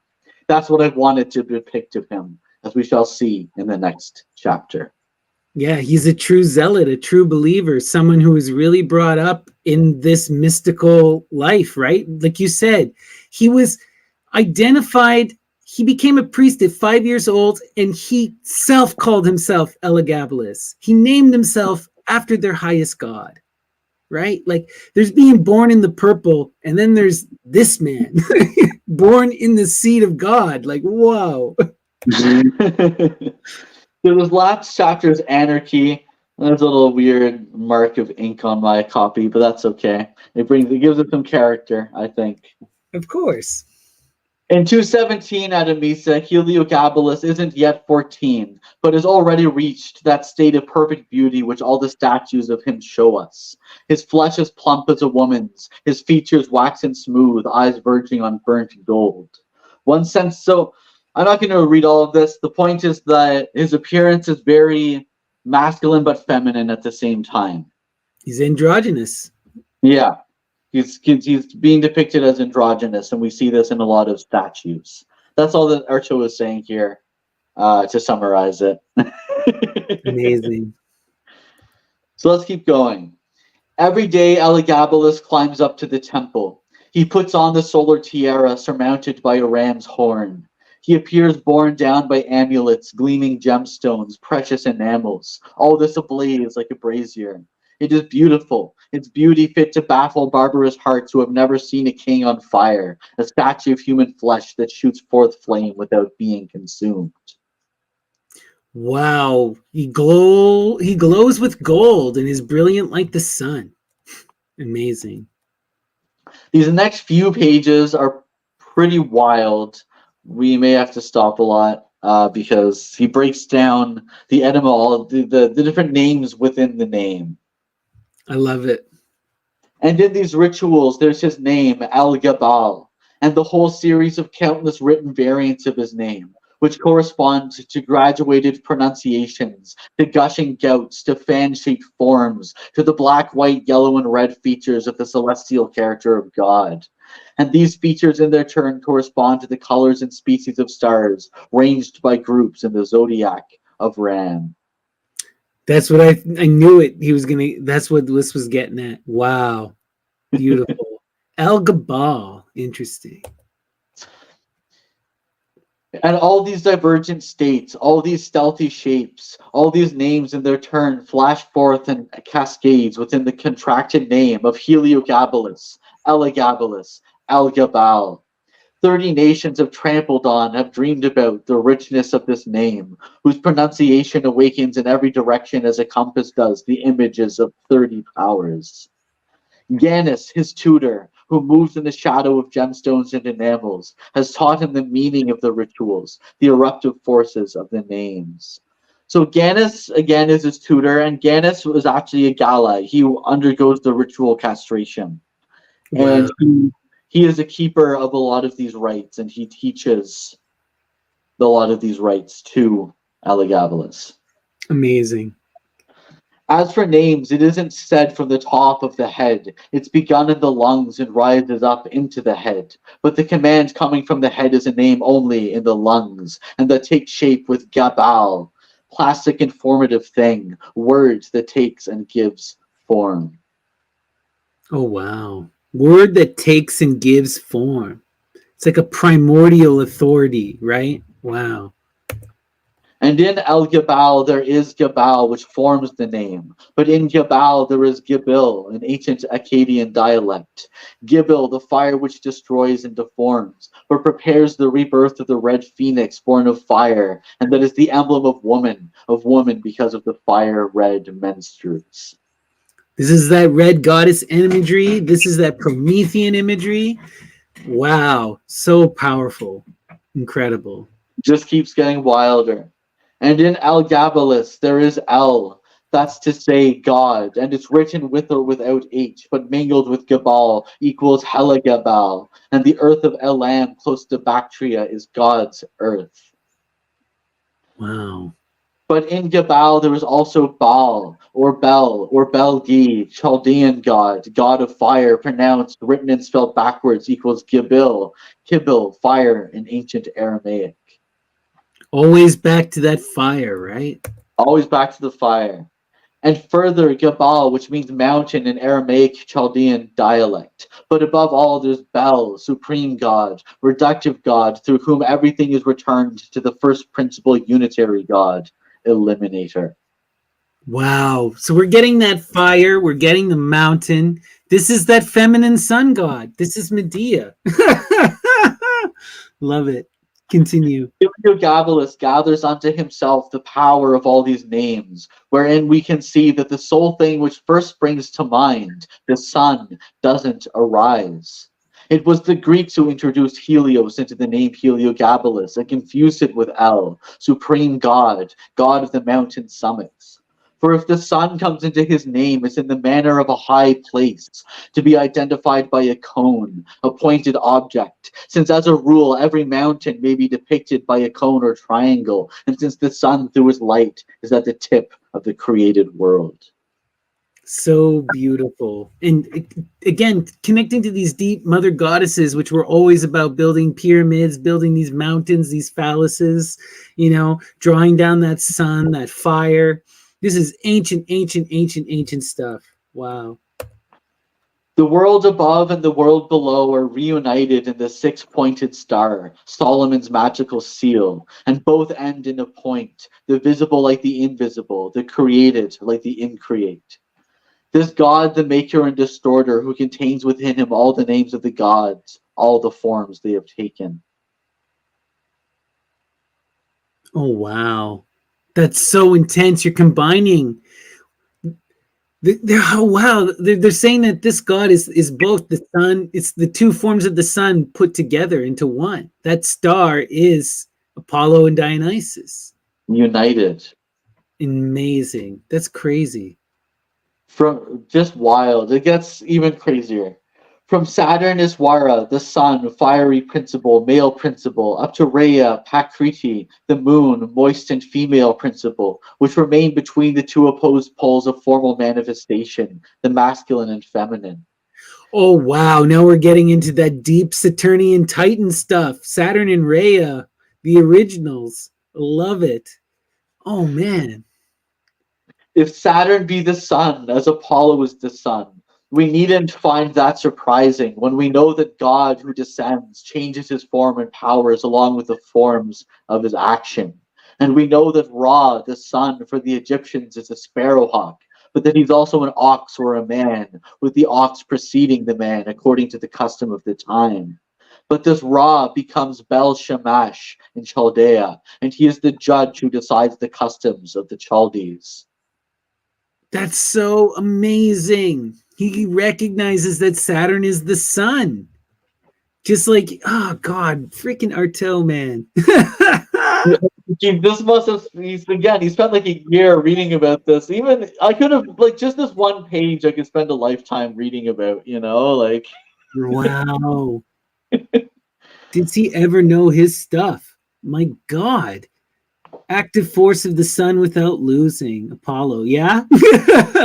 Apollo, active force of the sun without losing his name, has a shadow double, a sort of sobriquet that remains always affixed to him. Hence he has been called Loxius Apollo, Libistinos Apollo, Delos Apollo, Phoebus Apollo, Phanes Apollo, and Phanes Apollo is Apollo repercussive, double-barreled or twin-seated. Lykias Apollo, Lycophus Apollo, and Lycophus Apollo is Apollo the wolf, who devours all, even the darkness. Holy shit! Oh my God. Okay. I knew you could have a blast with this section because it just gets so wild. Jeez. Okay. I wish God. I'm going to have to get my buddies who are into the Greek to pick apart some of these epithets. I don't recognize all of them. This is the light bringer. Phanes. This one immediately sticks out because Phanes is, right, in the Orphic cosmogony, the primordial creation, the first creation out of the womb, the chaos, right? It's that which is then ripped apart. Wow. And The this front Apollo is repercussive, double-barreled, twin-seated. Beautiful. Him and Diana in one form. What were you going to say, though, sorry? I was saying that Fani is a sort of like the bigendered being as well, right? Or Yes. hermaphroditic. Exactly, is hermaphroditic, right? That primordial creation. And the twins, right? Apollo and Diana in one form, or Apollo, Apollo and Artemis. Exactly. Wow. And then this Lycophus Apollo as the wolf. This makes me think of a lot of the North stuff, Ragnarok, devouring of the sun, devours all. Even the darkness. Incredible. All right, and continue. Apollo, just wild. And Apollo, who made of matter, moves in the orbit of matter, is also called Argyrotonus Apollo. And Apollo is sometimes called Smintheus Apollo, and implies excess, extremity, the point of death, the swollen abscess. Finally, there is Pythias Apollo, who as male knows nothing of the female Pythia, and has no connection with the oracles. Here he is Apollo the Stifler, who rules over the serpent Python. Wow, right? The slayer of the Python, he rules over her. Wow. And friend Gandhi pointed out and made me reminded me, Lycophus Apollo, this is the wolf mother, right? The wolf mother who gives birth to the children of Rome from that divine Helios lineage again. Wow. That's wild. I hadn't thought of that. The dark humor of chaos flings up mists which slither around the earth, forming the figure of a dragon. And sorry, amazing. Okay. I know, right? Of course he evokes the dragon. And Apollo, the fiery principle, leaps up with one bound and reaches the spheres, whence his shafts flash through the rings of the serpent Python. Heliogabalus derives from these lofty notions and from these names which belong to him the awareness and arrogance of a king.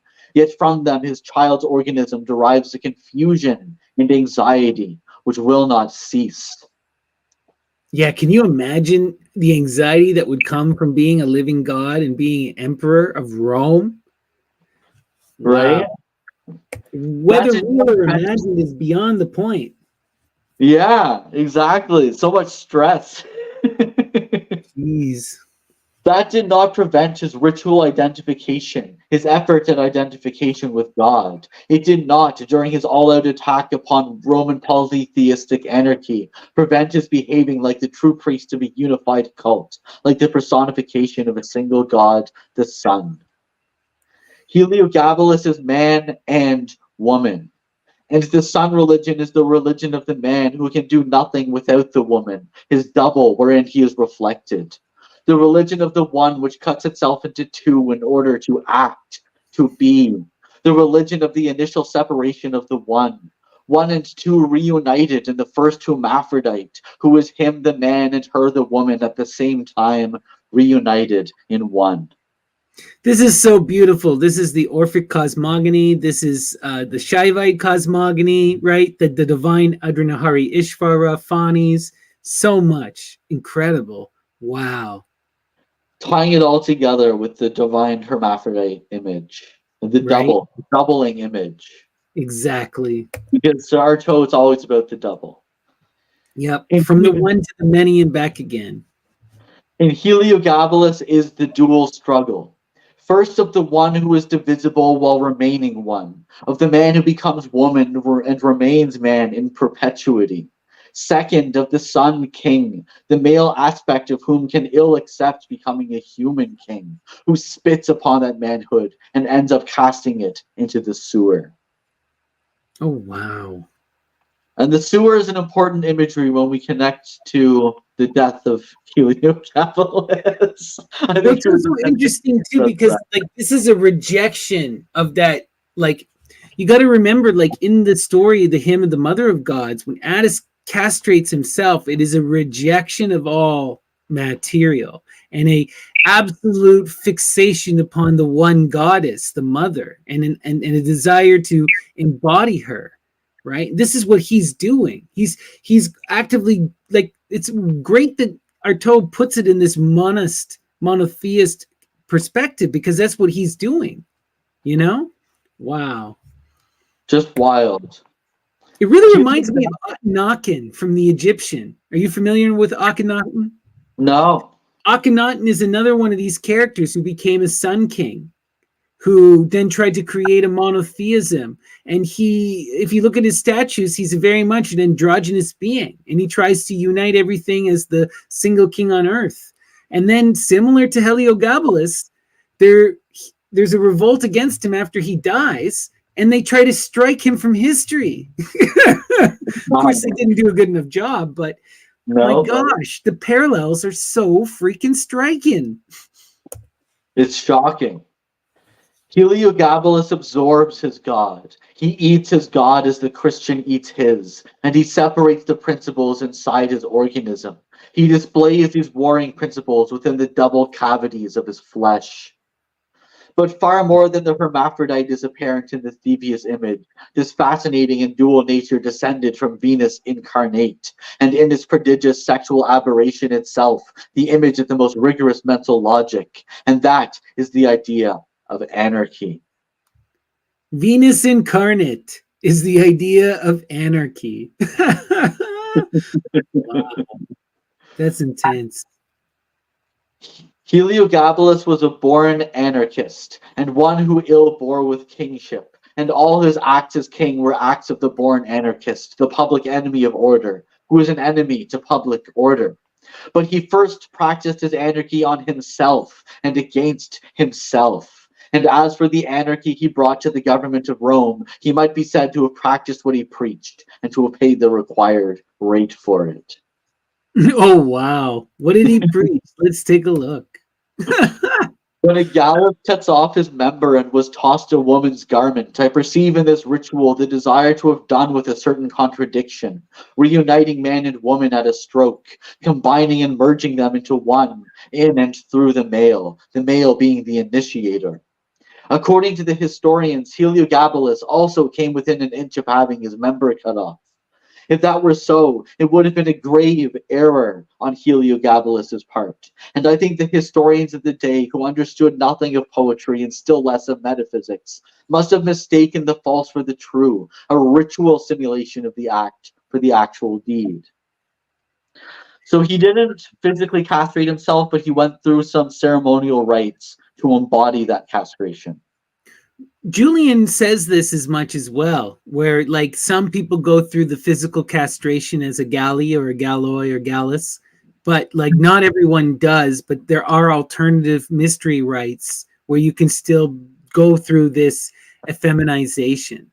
Exactly. And I also just want to point out, like, he is identifying anarchy with this feminism and with the Venus and in part of Elagabalus. But it's important we understand Artaud loves anarchy. Right? Yeah. This is not a negative view of anarchy in any sense, right? There's a line in Heliogabalus where he says, "Do not be confused. This debauchery, this anarchy pleases me." Amazing. Yeah. There we go. Let's continue. Artaud is a Heliogabalus supporter. Let men gone astray here and there, priests unimportant Galli, subject themselves to a gesture which finishes them off. Certainly in that gesture there's something which intensifies the ritual's value, but Elagabalus, the sun on earth, cannot lose the solar symbol. He mustn't function only in the abstract. He needs his testes because he is the divine sun. Right? He can't be abstracted. He can't. No. That's funny. Oh, yeah, I thought that was an interesting point. I see it. Yeah, it makes sense. The entire life of Heliogabalus is anarchy in action, since Elagabalus, the unitary god which brings together again man and woman, the hostile poles, the one and the two, is the end of contradictions, the elimination of war and anarchy, but by way of war. And that's also on this earth of contradiction and disorder, the putting into action of anarchy. And anarchy at the point to which Heliogabalus just pushes it is poetry realized.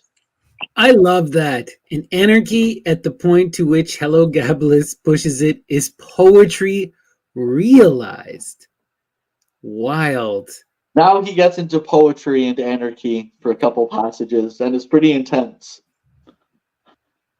There is in all poetry an essential contradiction. Poetry is pulverized multiplicity, and it produces flames. And poetry, which restores order, first revives disorder, disorder with semblances ablaze. It causes appearances to clash in restoring them to one singular point: fire, gesture, blood, cry. That is the most Bacchic thing I've ever heard. Fire, gesture, blood, cry. There you go. That's, you could just have that as the book, and that's all. To restore poetry and order to a world whose very existence is a threat to order is to bring back war and the permanence of war. It is to bring in a state of enforced cruelty, to arouse a nameless anarchy, anarchy of things and appearances which awaken before sinking anew and melting into unity. But he who arouses this dangerous anarchy is always its first victim. And Heliogabalus is a diligent anarchist who begins by devouring himself and ends by devouring his excrement. Oh my gosh, he turns into Saturn, eating his own creation, his own filth, and forced into this, right? Because it's also about the this is a powerful image, though, because do you remember when I was doing the sortes during the tarot reading and I got that Artaud passage, and he says that he's going to reject all women and marry and eat his shit, his caca. He is thinking of this exact thing. You know, he's talking about this whole thing about going through this rebirth and transformation, this magical act, right? Oh wow. And what's also important is that, as he mentions at the beginning, Heliogabalus dies in the latrines. So this excrement is a literal and a metaphysical image. You know, he's tying in the fictional with the mythological. Right. You know, oh wow, that's crazy. So interesting. And it really makes me think too, like this whole idea about bringing threat to order and bringing in the war, the permanence of war. It's important to think of war, though, in terms of struggle. Okay, this would really resonate with something like Frank Herbert's Dune, because the whole idea, why are the Fremen celebrated? Because they dance with the worm and they are made better for the dancing. They're transformed by it. Their greatest threat is their greatest, that challenge forces them to become greater. You know, so we need this strife. We need that battle in order to force us to evolve and to change, right? And it's that goddess that brings that, because she is the flow. She is transformation. And she is suffering because she's also the nature, the natural world, right? Exactly. Wow. You know, the cruelty is essential. The cruelty is an inherent part of reality. But like I said in the Theasti talk, it can enslave us or it can liberate us, right? Exactly. Right? You can overcome the suffering and make yourself better for it, right? It forces you to transform and to think outside of the box and to do new things, or you can let it destroy you or stagnate you. Careful. I discern in Heliogabalus a throbbing intelligence which draws an idea from each object and from each encounter with objects. The man who, as he hurls sacred objects into the furnace he's had lit upon the steps of the Temple of Hercules in Rome, howls out, "Only this, yes, only this is worthy of an emperor," who squanders thus a part of not only the royal but of the sacerdotal treasury. The man who enters Rome tightly clasping his arms and the conical stone, the great reproductive phallus. The man who seeks to set above all, higher than all else, this stone as principle. The man who believes in the unity of all things and hauls to Rome not a stone but a sign, a symbol of the unity of all things. The man who tries to unify the gods, who in front of his god has hammered to smithereens the statues of the false gods of Rome, is to me no idolater, but a magus, and being born amid rituals, he partakes of their powers. Incredible, right? The stone phallus, right, with its yoni base, is this unity of principles. It is the representation of the one, and that's what he's all about, trying to break all of this. Wow, that's intense. Crazy.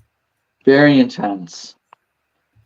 I love this. So these next couple parts, I won't read all of them. What's important to note is that on the night of the 15th or 16th of May, 217, Heliogabalus is led out to the soldiers in a procession around the encampment. And we'll jump ahead a few slides here to slide 98. During the procession, they say, "No one laughs, no one protests." I have a different numbering system because sorry. The next one. Okay. So this one? Next one. There we go. Sorry. Okay. No problem. No one laughs, no one protests. This is theater well performed, splendidly rehearsed. And Gannus says, there's a false emperor in Antioch, that Macrinus who's nobody's son, who's taking the purple of Caracalla, and is on the throne of Rome at the cost of Caracalla's own blood. I ask you to restore to Caracalla's son his lawful rights. Young Bassianus Abatus must regain his Bassianid heritage upon the throne of Rome. Through 30 wars you followed Caracalla, who is descended from Septimius Severus. Through new wars you shall follow Heliogabalus Abatus, who is descended from Caracalla. At this applause, explosion of joy, prolonged murmurings is spread to the furthest reaches of the camp. So what's important here is that Heliogabalus is revealed as the son of Caracalla, as the rightful heir to the throne. And this is to embolden the soldiers in a war against Macrinus, who's the current emperor. That's wild, but it's like, wow, yeah, he becomes this holy son. Really beautiful, profound imagery. So we won't get into the whole war. There's a long account of the battles. What's needless to say is that the battle done and the throne won. The return to Rome called for a brilliant entrance. Not like Septimius Severus with soldiers armed for war, but in the style of a real sun king, of a monarch who maintains his passing supremacy as by right, who won it in war, yet must make that war be forgotten. Wow. And historians of the time never tire of epithets concerning the coronation festivities, their decorative and peaceful character, their superabundant luxury. It must be said that the coronation of Heliogabalus began at Antioch toward the end of the summer of 217 and ended in Rome the spring of the following year after a winter spent in Nicomedia in Asia. Superabundant luxury of only a king could have. Crazy. Yeah. Heliogabalus undertook a systematic and joyous demoralization of the Latin mind and consciousness, and he could have pushed this subversion of the Latin world to the limit had he lived long enough to carry it through. No one in any way can deny Heliogabalus the coherence of his ideas, and none can doubt the single-minded obstinacy with which he set about applying them. This emperor, who was 14 when he took the crown, was a mythomane in the literal and concrete sense of the word. That's to say, he saw what myths were and applied them. He applied for the one and perhaps only time in history, real myths. He cast a metaphysical idea at the vortex of poor earthly and Latin effigies nobody believed in anymore, the Latin world less than any other. Wow. He is such a reinvigorating character, right? Reestablishing this whole cult of the mother goddess, which was thought to be lost and forgotten, bringing back this unitary belief in oneness and trying to heal the wounds of separation within himself for all of Rome. Crazy. He is sacrifice. Yeah. Once arrived in Rome, Heliogabalus banishes men from the Senate and replaces them with women.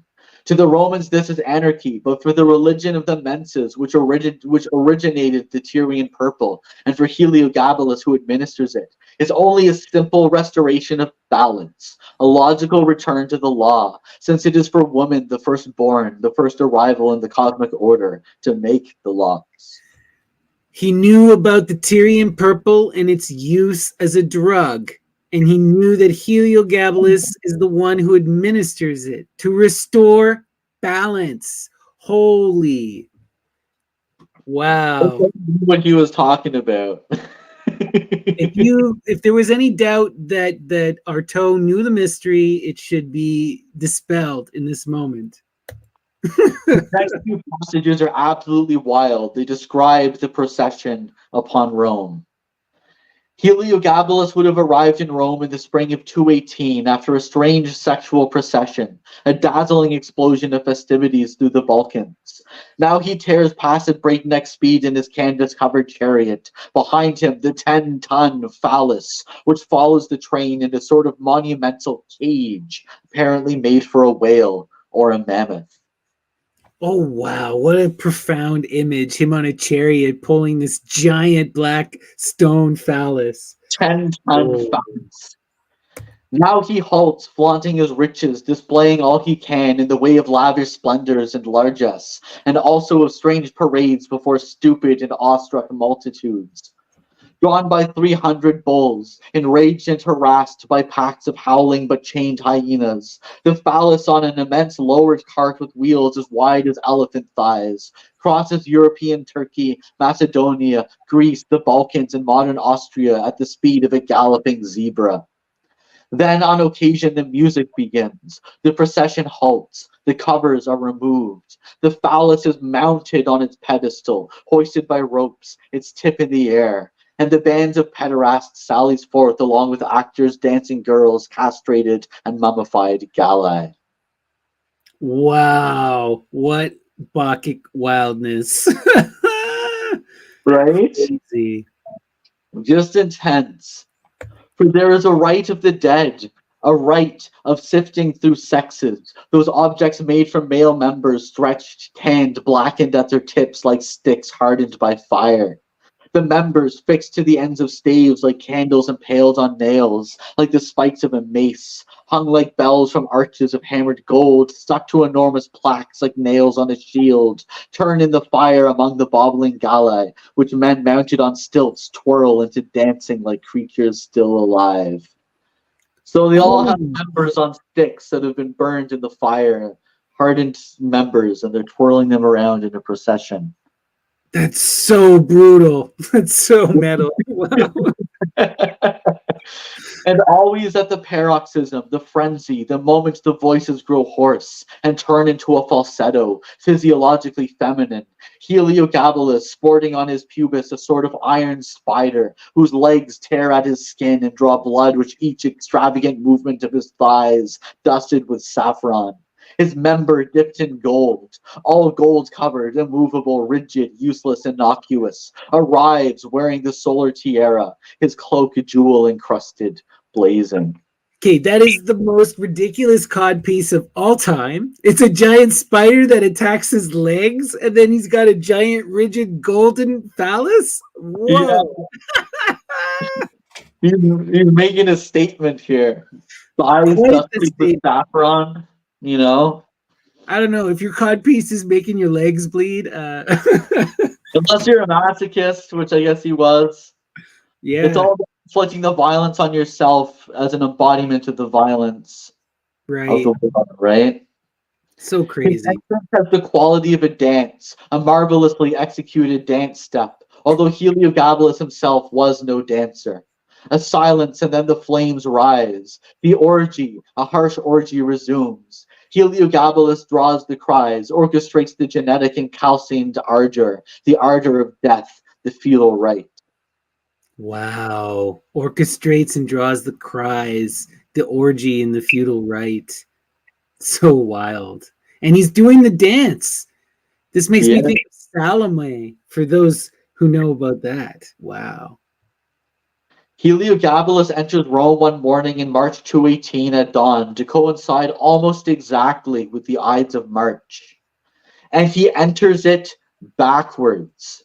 In front of him is the phallus, drawn by 300 bare-breasted girls who precede the 300 bulls, now torpid and tranquil after being given a very powerful soporific during the hours before dawn. So I just want to point out that the Ides of March, this is when they would have the festival to the Mother Goddess in Rome, right? Mm-hmm. We talked about that. I wonder if they planned that, probably. Almost certainly they planned that because that's when all the galley would be out chopping off their bits, so. Exactly. And what's important is that the phallus enters first, this symbol of the unity of the sexes. It's the symbol is greater than Heliogabalus, is what he's saying. Even though he's the emperor, the phallus, the symbol, this divine symbol is what's important. Beautiful. I love that. Heliogabalus as an emperor behaves like a hooligan and an irreverent libertarian. At the first somewhat solemn assembly, he bluntly asks the great men of the state, the nobles, the senators in attendance, the legislators of every rank, whether they too have known pederasty in their youth, whether they practiced sodomy, vampirism, been succubi, or fornicated with animals, and according to Lampridius, questions them thus in the crudest of terms. Oh, wow. He just comes out and asks, hey, are you guys, what are Have you you doing? molested a child? Have you had sex with animals? Are you Drinking yeah. human blood? Right? Are So you hard to say if that sacrificing actually happened or not, but this is the mythology of the character that we're being presented. Just wild. Better still, he simulates in public and with gestures the act of fornication, going as far, says Lampridius, as to represent obscenities with his fingers, accustomed as he was to lampooning all decency in the assemblies and in the presence of the people. Can we pause for a second? Because Yeah. this really makes me think of a lot of sadhus, a lot of these Indian mystics we see who will engage in this act of taboo, where they try to offend people and they'll scream at people or they'll do lewd acts in public, like take out their privates and wave them around at people and stuff like this. This is a whole thing in the left-hand path. But yeah, keep going. Sure. That's good to know. I did not know that, so that's really interesting. Thank you. There's more to this than childishness, of course. It's the desire to demonstrate his individuality with violence, also his taste for the basics, nature as it truly is. Love it. His insurrection is systematic and sagacious, and he directs it first at himself.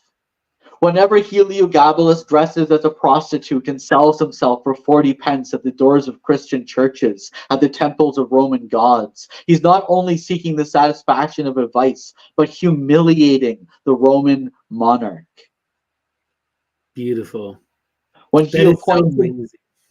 so it's an inversion, it's the bringing down, the Saturnian bringing low and castration of it, but embodying himself as the Saturnian figure. It's so wild and so incredible, right? Amazing. And it just these acts of prostitution too, right? It's about giving yourself over to the stranger, and the stranger would be seen as a divine being. The gods often appear in the guise of a stranger, and allowing someone to do this and to possess and take you, it's kind of like the ultimate surrendering. It's a wild, creepy thing, but this is what these guys were doing. Yeah, this is their mindset. When he appoints a dancer to head his Praetorian Guard, he's thereby establishing a sort of incontestable yet dangerous anarchy. He exposes to ridicule the cowardice of the monarchs, his predecessors, the Antonines and the Marcus Aureliuses, and finds that a dancer is perfectly fit to command a bunch of policemen. He calls weakness strength and theater reality. He's overturning the received order, ideas, the everyday notions of things. He is a meticulous and dangerous anarchy since he reveals himself to all eyes. To tell the truth, he's risking his own skin, and that's a courageous anarchist. Beautiful. Wow.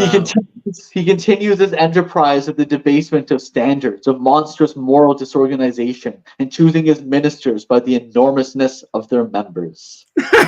No, that's a way to pick your close advisors. I know, right? It didn't prevent his taking personal advantage of this disorder, this shameless slackening of morals, nor of making a habit of obscenity. And into broad daylight, like a maniac and a man obsessed, he brought what is normally kept hidden. That's important, right? He was an exposer. He was about revealing all of the debauchery and wildness that was at the heart of all this stuff. Taking the rights and dragging them out into the light. Right. And for that he is punished, as we will see. Wow. Never mind that the phallus, the black stone, bears within its interior a sort of female sex that the gods themselves have incised. Heliogabalus thereby wishes, through this represented coupling, to indicate that the member is active and functions, and it matters little that it's in effigy and in the abstract. So again, the spirit in the stone, it is alive, it is divinity. Right. There's a strange rhythm to the cruelty of Heliogabalus. This initiate does everything with art and everything is doubled. I mean that he does everything on two levels. Each of his gestures is double-edged. Order, disorder, unity, anarchy, poetry, dissonance, rhythm, discordance, grandeur, childishness, generosity, cruelty. From the top of the newly erected towers of his temple to the Pythian god, he scatters corn and male members. That is wild. And the scattering of corn, okay, this is intense. That's huge for the goddess stuff. You know, you always have to scatter corn for a lot of these goddesses. Caridwen, Demeter, the Cori. Wow. And now you're also scattering male members. Okay. Yeah, to show the From the erected tower, which is a giant phallus, by the way. You know? I know, right? He feeds a castrated people. There are certainly no theorbos, no tubas, no orchestras of kitharas accompanying the castrations he decrees, but which he decrees each time like so many personal castrations, and as if it were Heliogabalus himself being castrated. Sacks of male sexes are cast from the tops of the towers with the cruelest abundance on the day of the festival of the Pythian god. Wow. He gives the people everything that is important to them. Bread and games. So it would have been, someone is asking, it would have been wheat corn. Okay, wheat corn would have been what it is because it's supposed to be cereal grains, bread and grains. Sorry for the confusion, guys. All right, we'll continue now. Sorry. Cool. Good to know. So yeah, bread and games. So he is entertaining the people while at the same time deconstructing everything they stand for ritually. Everyone Heliogabalus sends to the galleys, castrates, or orders to be flogged. He takes from among the aristocrats, the nobles, the pederasts of his personal court, the parasites of the palace. So he's rooting out people taking advantage of other people, and he's castrating them or flogging them or sending them to the galleys. Amazing. Wow. A restoring of order.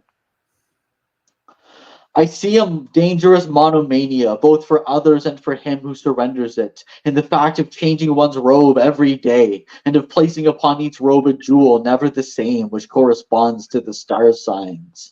There is in this much more than a taste for expensive luxury, a propensity for pointless waste. There's evidence of an immense, insatiable fever of the mind, of a soul, a thirst for emotions, upheavals, displacements, and which has the taste for metamorphoses, whatever the price to be paid for them, and the risk thus incurred. All about that transformation, right? Metamorphosis, laid out plain. Wow. So now we come to the end. I'm not going to read all of these next few passages, but I will summarize them. We'll start with this. His death was the coronation of his life, and if from the Roman point of view it was fitting, it was also fitting from the point of view of Heliogabalus. Heliogabalus died the ignominious death of a rebel, but of one who died for his ideas. So what happens is he tries to assassinate a relative, and the armed guards catch him. They chase him and his mother, who perceives all the conflict, and it's like, run, run, and they're fleeing together. They hide in the latrines, in the bathrooms, and they hide themselves in where they shit. But the soldiers see them. The troops, on the next slide, the troops who have seen him catch up with him, and already his praetorians grab hold of his hair. It turns into a scene from the meat stall, a disgusting butchery, an ancient tableau of the slaughterhouse. Excrement mingles with blood, splashes up with the blood on the swords that forage in the flesh of Heliogabalus and his mother. Then Wow. Then their carcasses are pulled out, carted off by torchlight, dragged through the town before the terrified populace, in front of the houses of the patricians, who open their windows to applaud, because he's been killing all of them. Right. It's so And the men crazy. So he goes and throws himself in the shitter only to get caught, dragged out, and stabbed. Oh my God. and they stab him multiple times. An immense crowd surges towards the Tiber's quays in the wake of these lamentable lumps of flesh already drained of blood yet besmeared. To the sewer now howls the populace that has profited from the largesse of Heliogabalus, but has digested it all too well.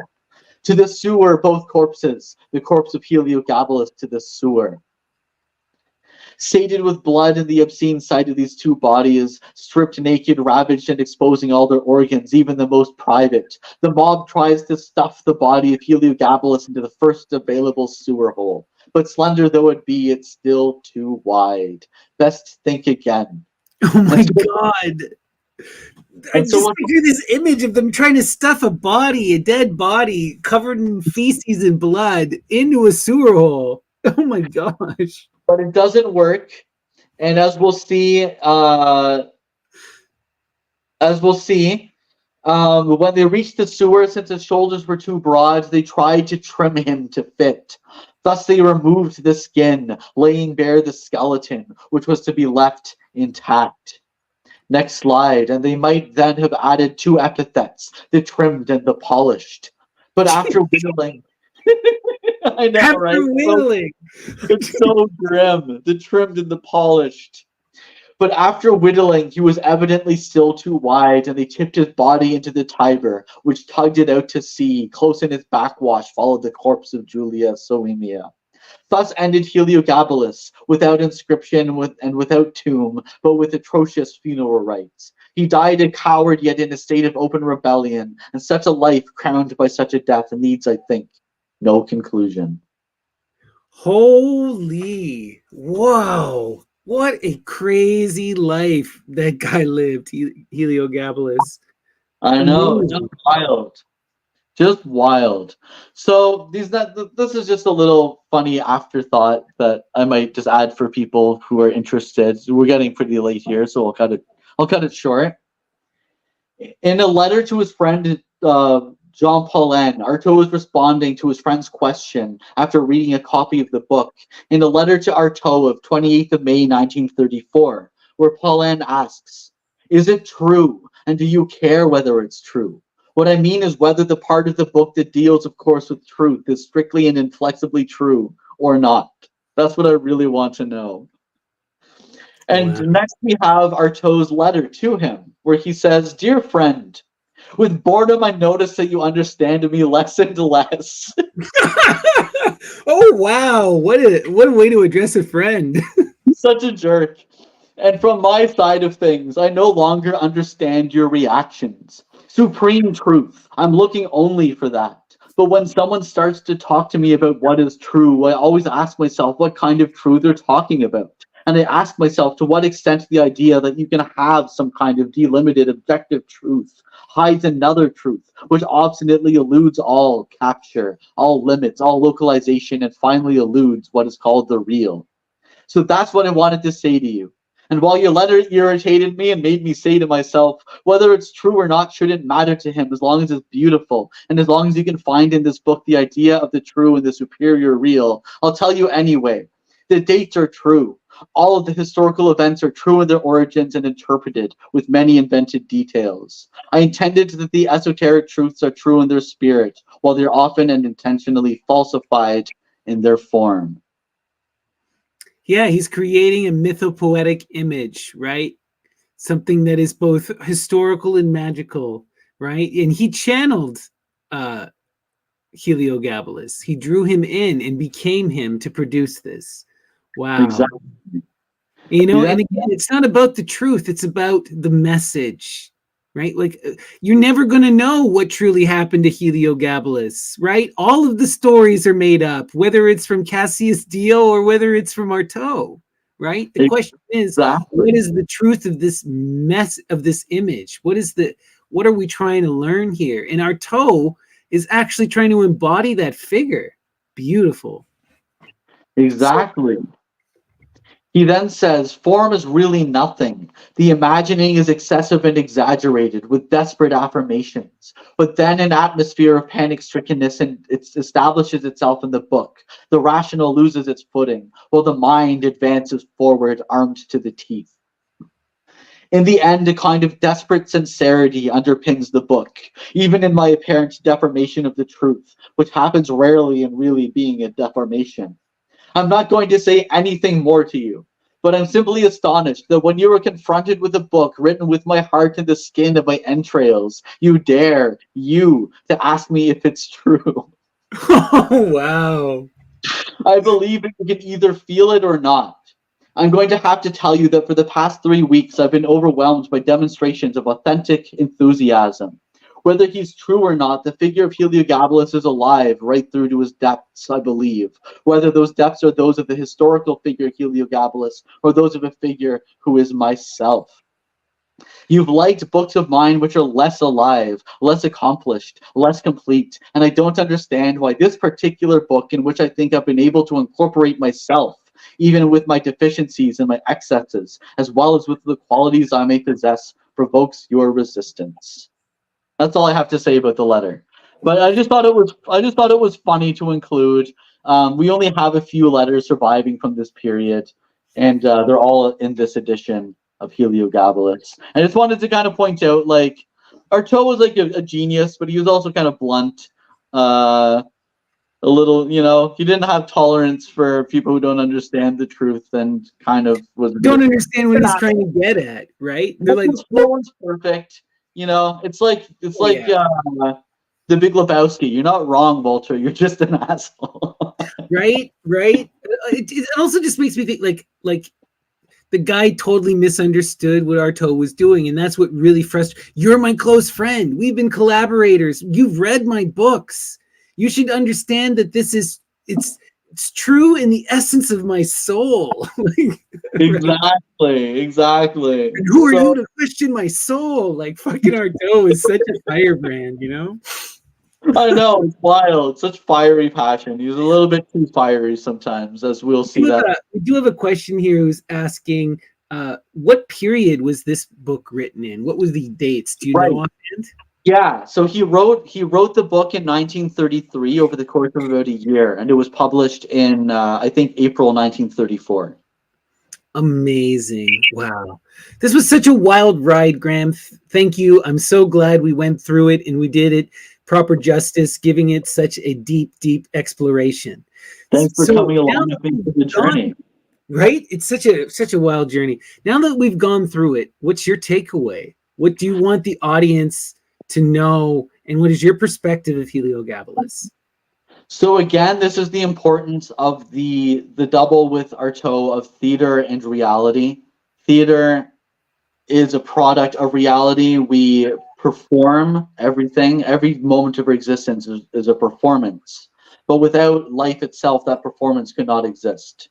And Heliogabalus was an embodiment of this dualism, this taking the the magicality of life and theater and turning it into action, performance. And Artaud sees himself as Heliogabalus. Right. Artaud is truly a magician. He's truly on this alchemical path and in trying to embody the duality of forms within himself, the theater and his double, right? He is trying to be that intersexed divine being, right? Like Heliogabalus. And he is trying to go through this death and rebirth and to achieve some sort of symbolic ionic form that will transcend time and space, right? Like, it's beautiful, beautiful stuff. It's very beautiful. And for context, shortly after this, in 1935, he stages the only true theater of cruelty production, called the Cenci. And after that is when he departs to Mexico, to Ireland, and then has his spiritual awakening. He has a spiritual experience, but also a mental degradation. And then he's brought to the through his death and rebirth trial. He forces himself to have this experience so that he can become this Artaud de Momo, like in that other book we were reading, right? Exactly. such an incredible character and such a true magician. And I also I want people to recognize this kind of incredible magical performance art that we witnessed here. That's both history, that is both performance, and literature, and philosophy. It's a real interesting piece that's born out of a deeply magical perspective, and it's kind of a quintessential book for this series and what we're looking for. It really is. When I first discovered this book, I knew that one day I would get to rant about it and it would make sense to people. I love that. All right. Well, this was so much fun. So we were discussing, and next week when we return back for Searching for Dragons, we're going to get into Emperor Julian's Hymn to Helios, which will be a great companion piece. We're going to double end Heliogabalus with Julian so that you really get this kind of experience of the pagan and Platonic ideas that are really important to these characters. And then we're going to come back after that with some more Artaud. You're looking at, what is it called, drawings or? Drawings and portraits. And what's this book about?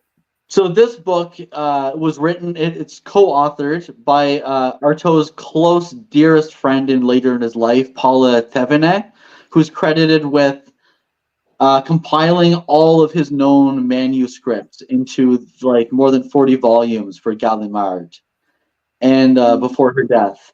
And it's because he explained a lot of his processes and his theories of drawing to her, this is the closest we'll get to hearing from Artaud what he was doing with his drawings while he was creating them. We'll also showcase some of these drawings. They're absolutely mind-blowing, defies any form of genre categorization. And then we'll briefly get into an essay at the end by Jacques Derrida, which is about the subjectile, which is a word that Artaud uses only 3 times to describe his drawings. And it's an extrapolation and analysis of what that means to Artaud. Wow, we're going to be going deep. This is amazing. Exploring the mind of Artaud from one of his closest collaborators, and then through the mind of Jacques Derrida.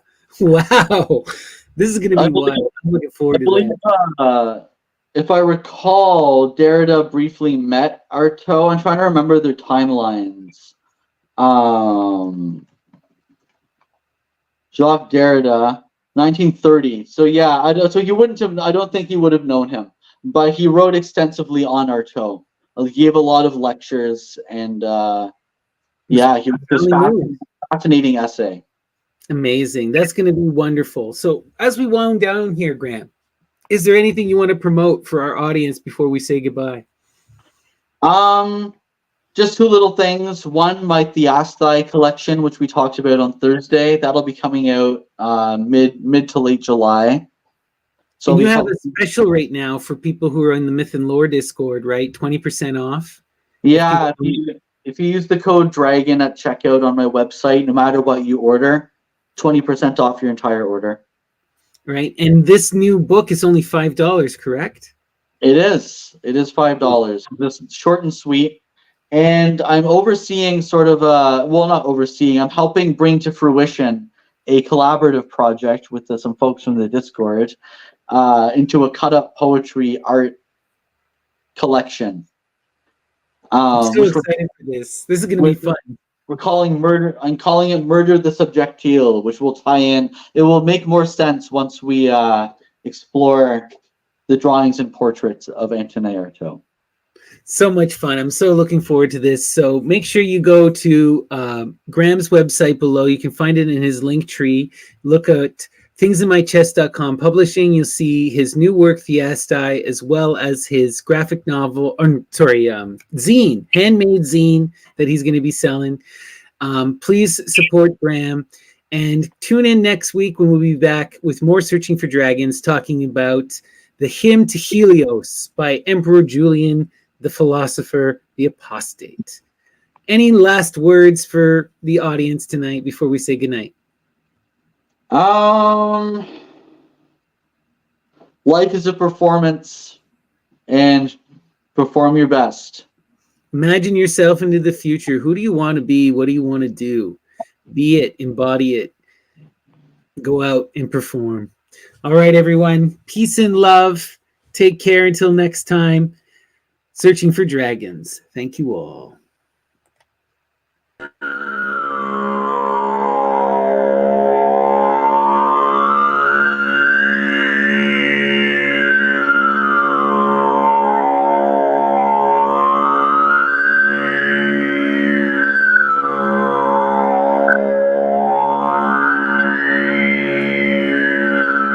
And I wondered who his master could be, and I pressed my eye eagerly to the grave. And I wondered who his master could be, and I pressed my eye eagerly to the grave.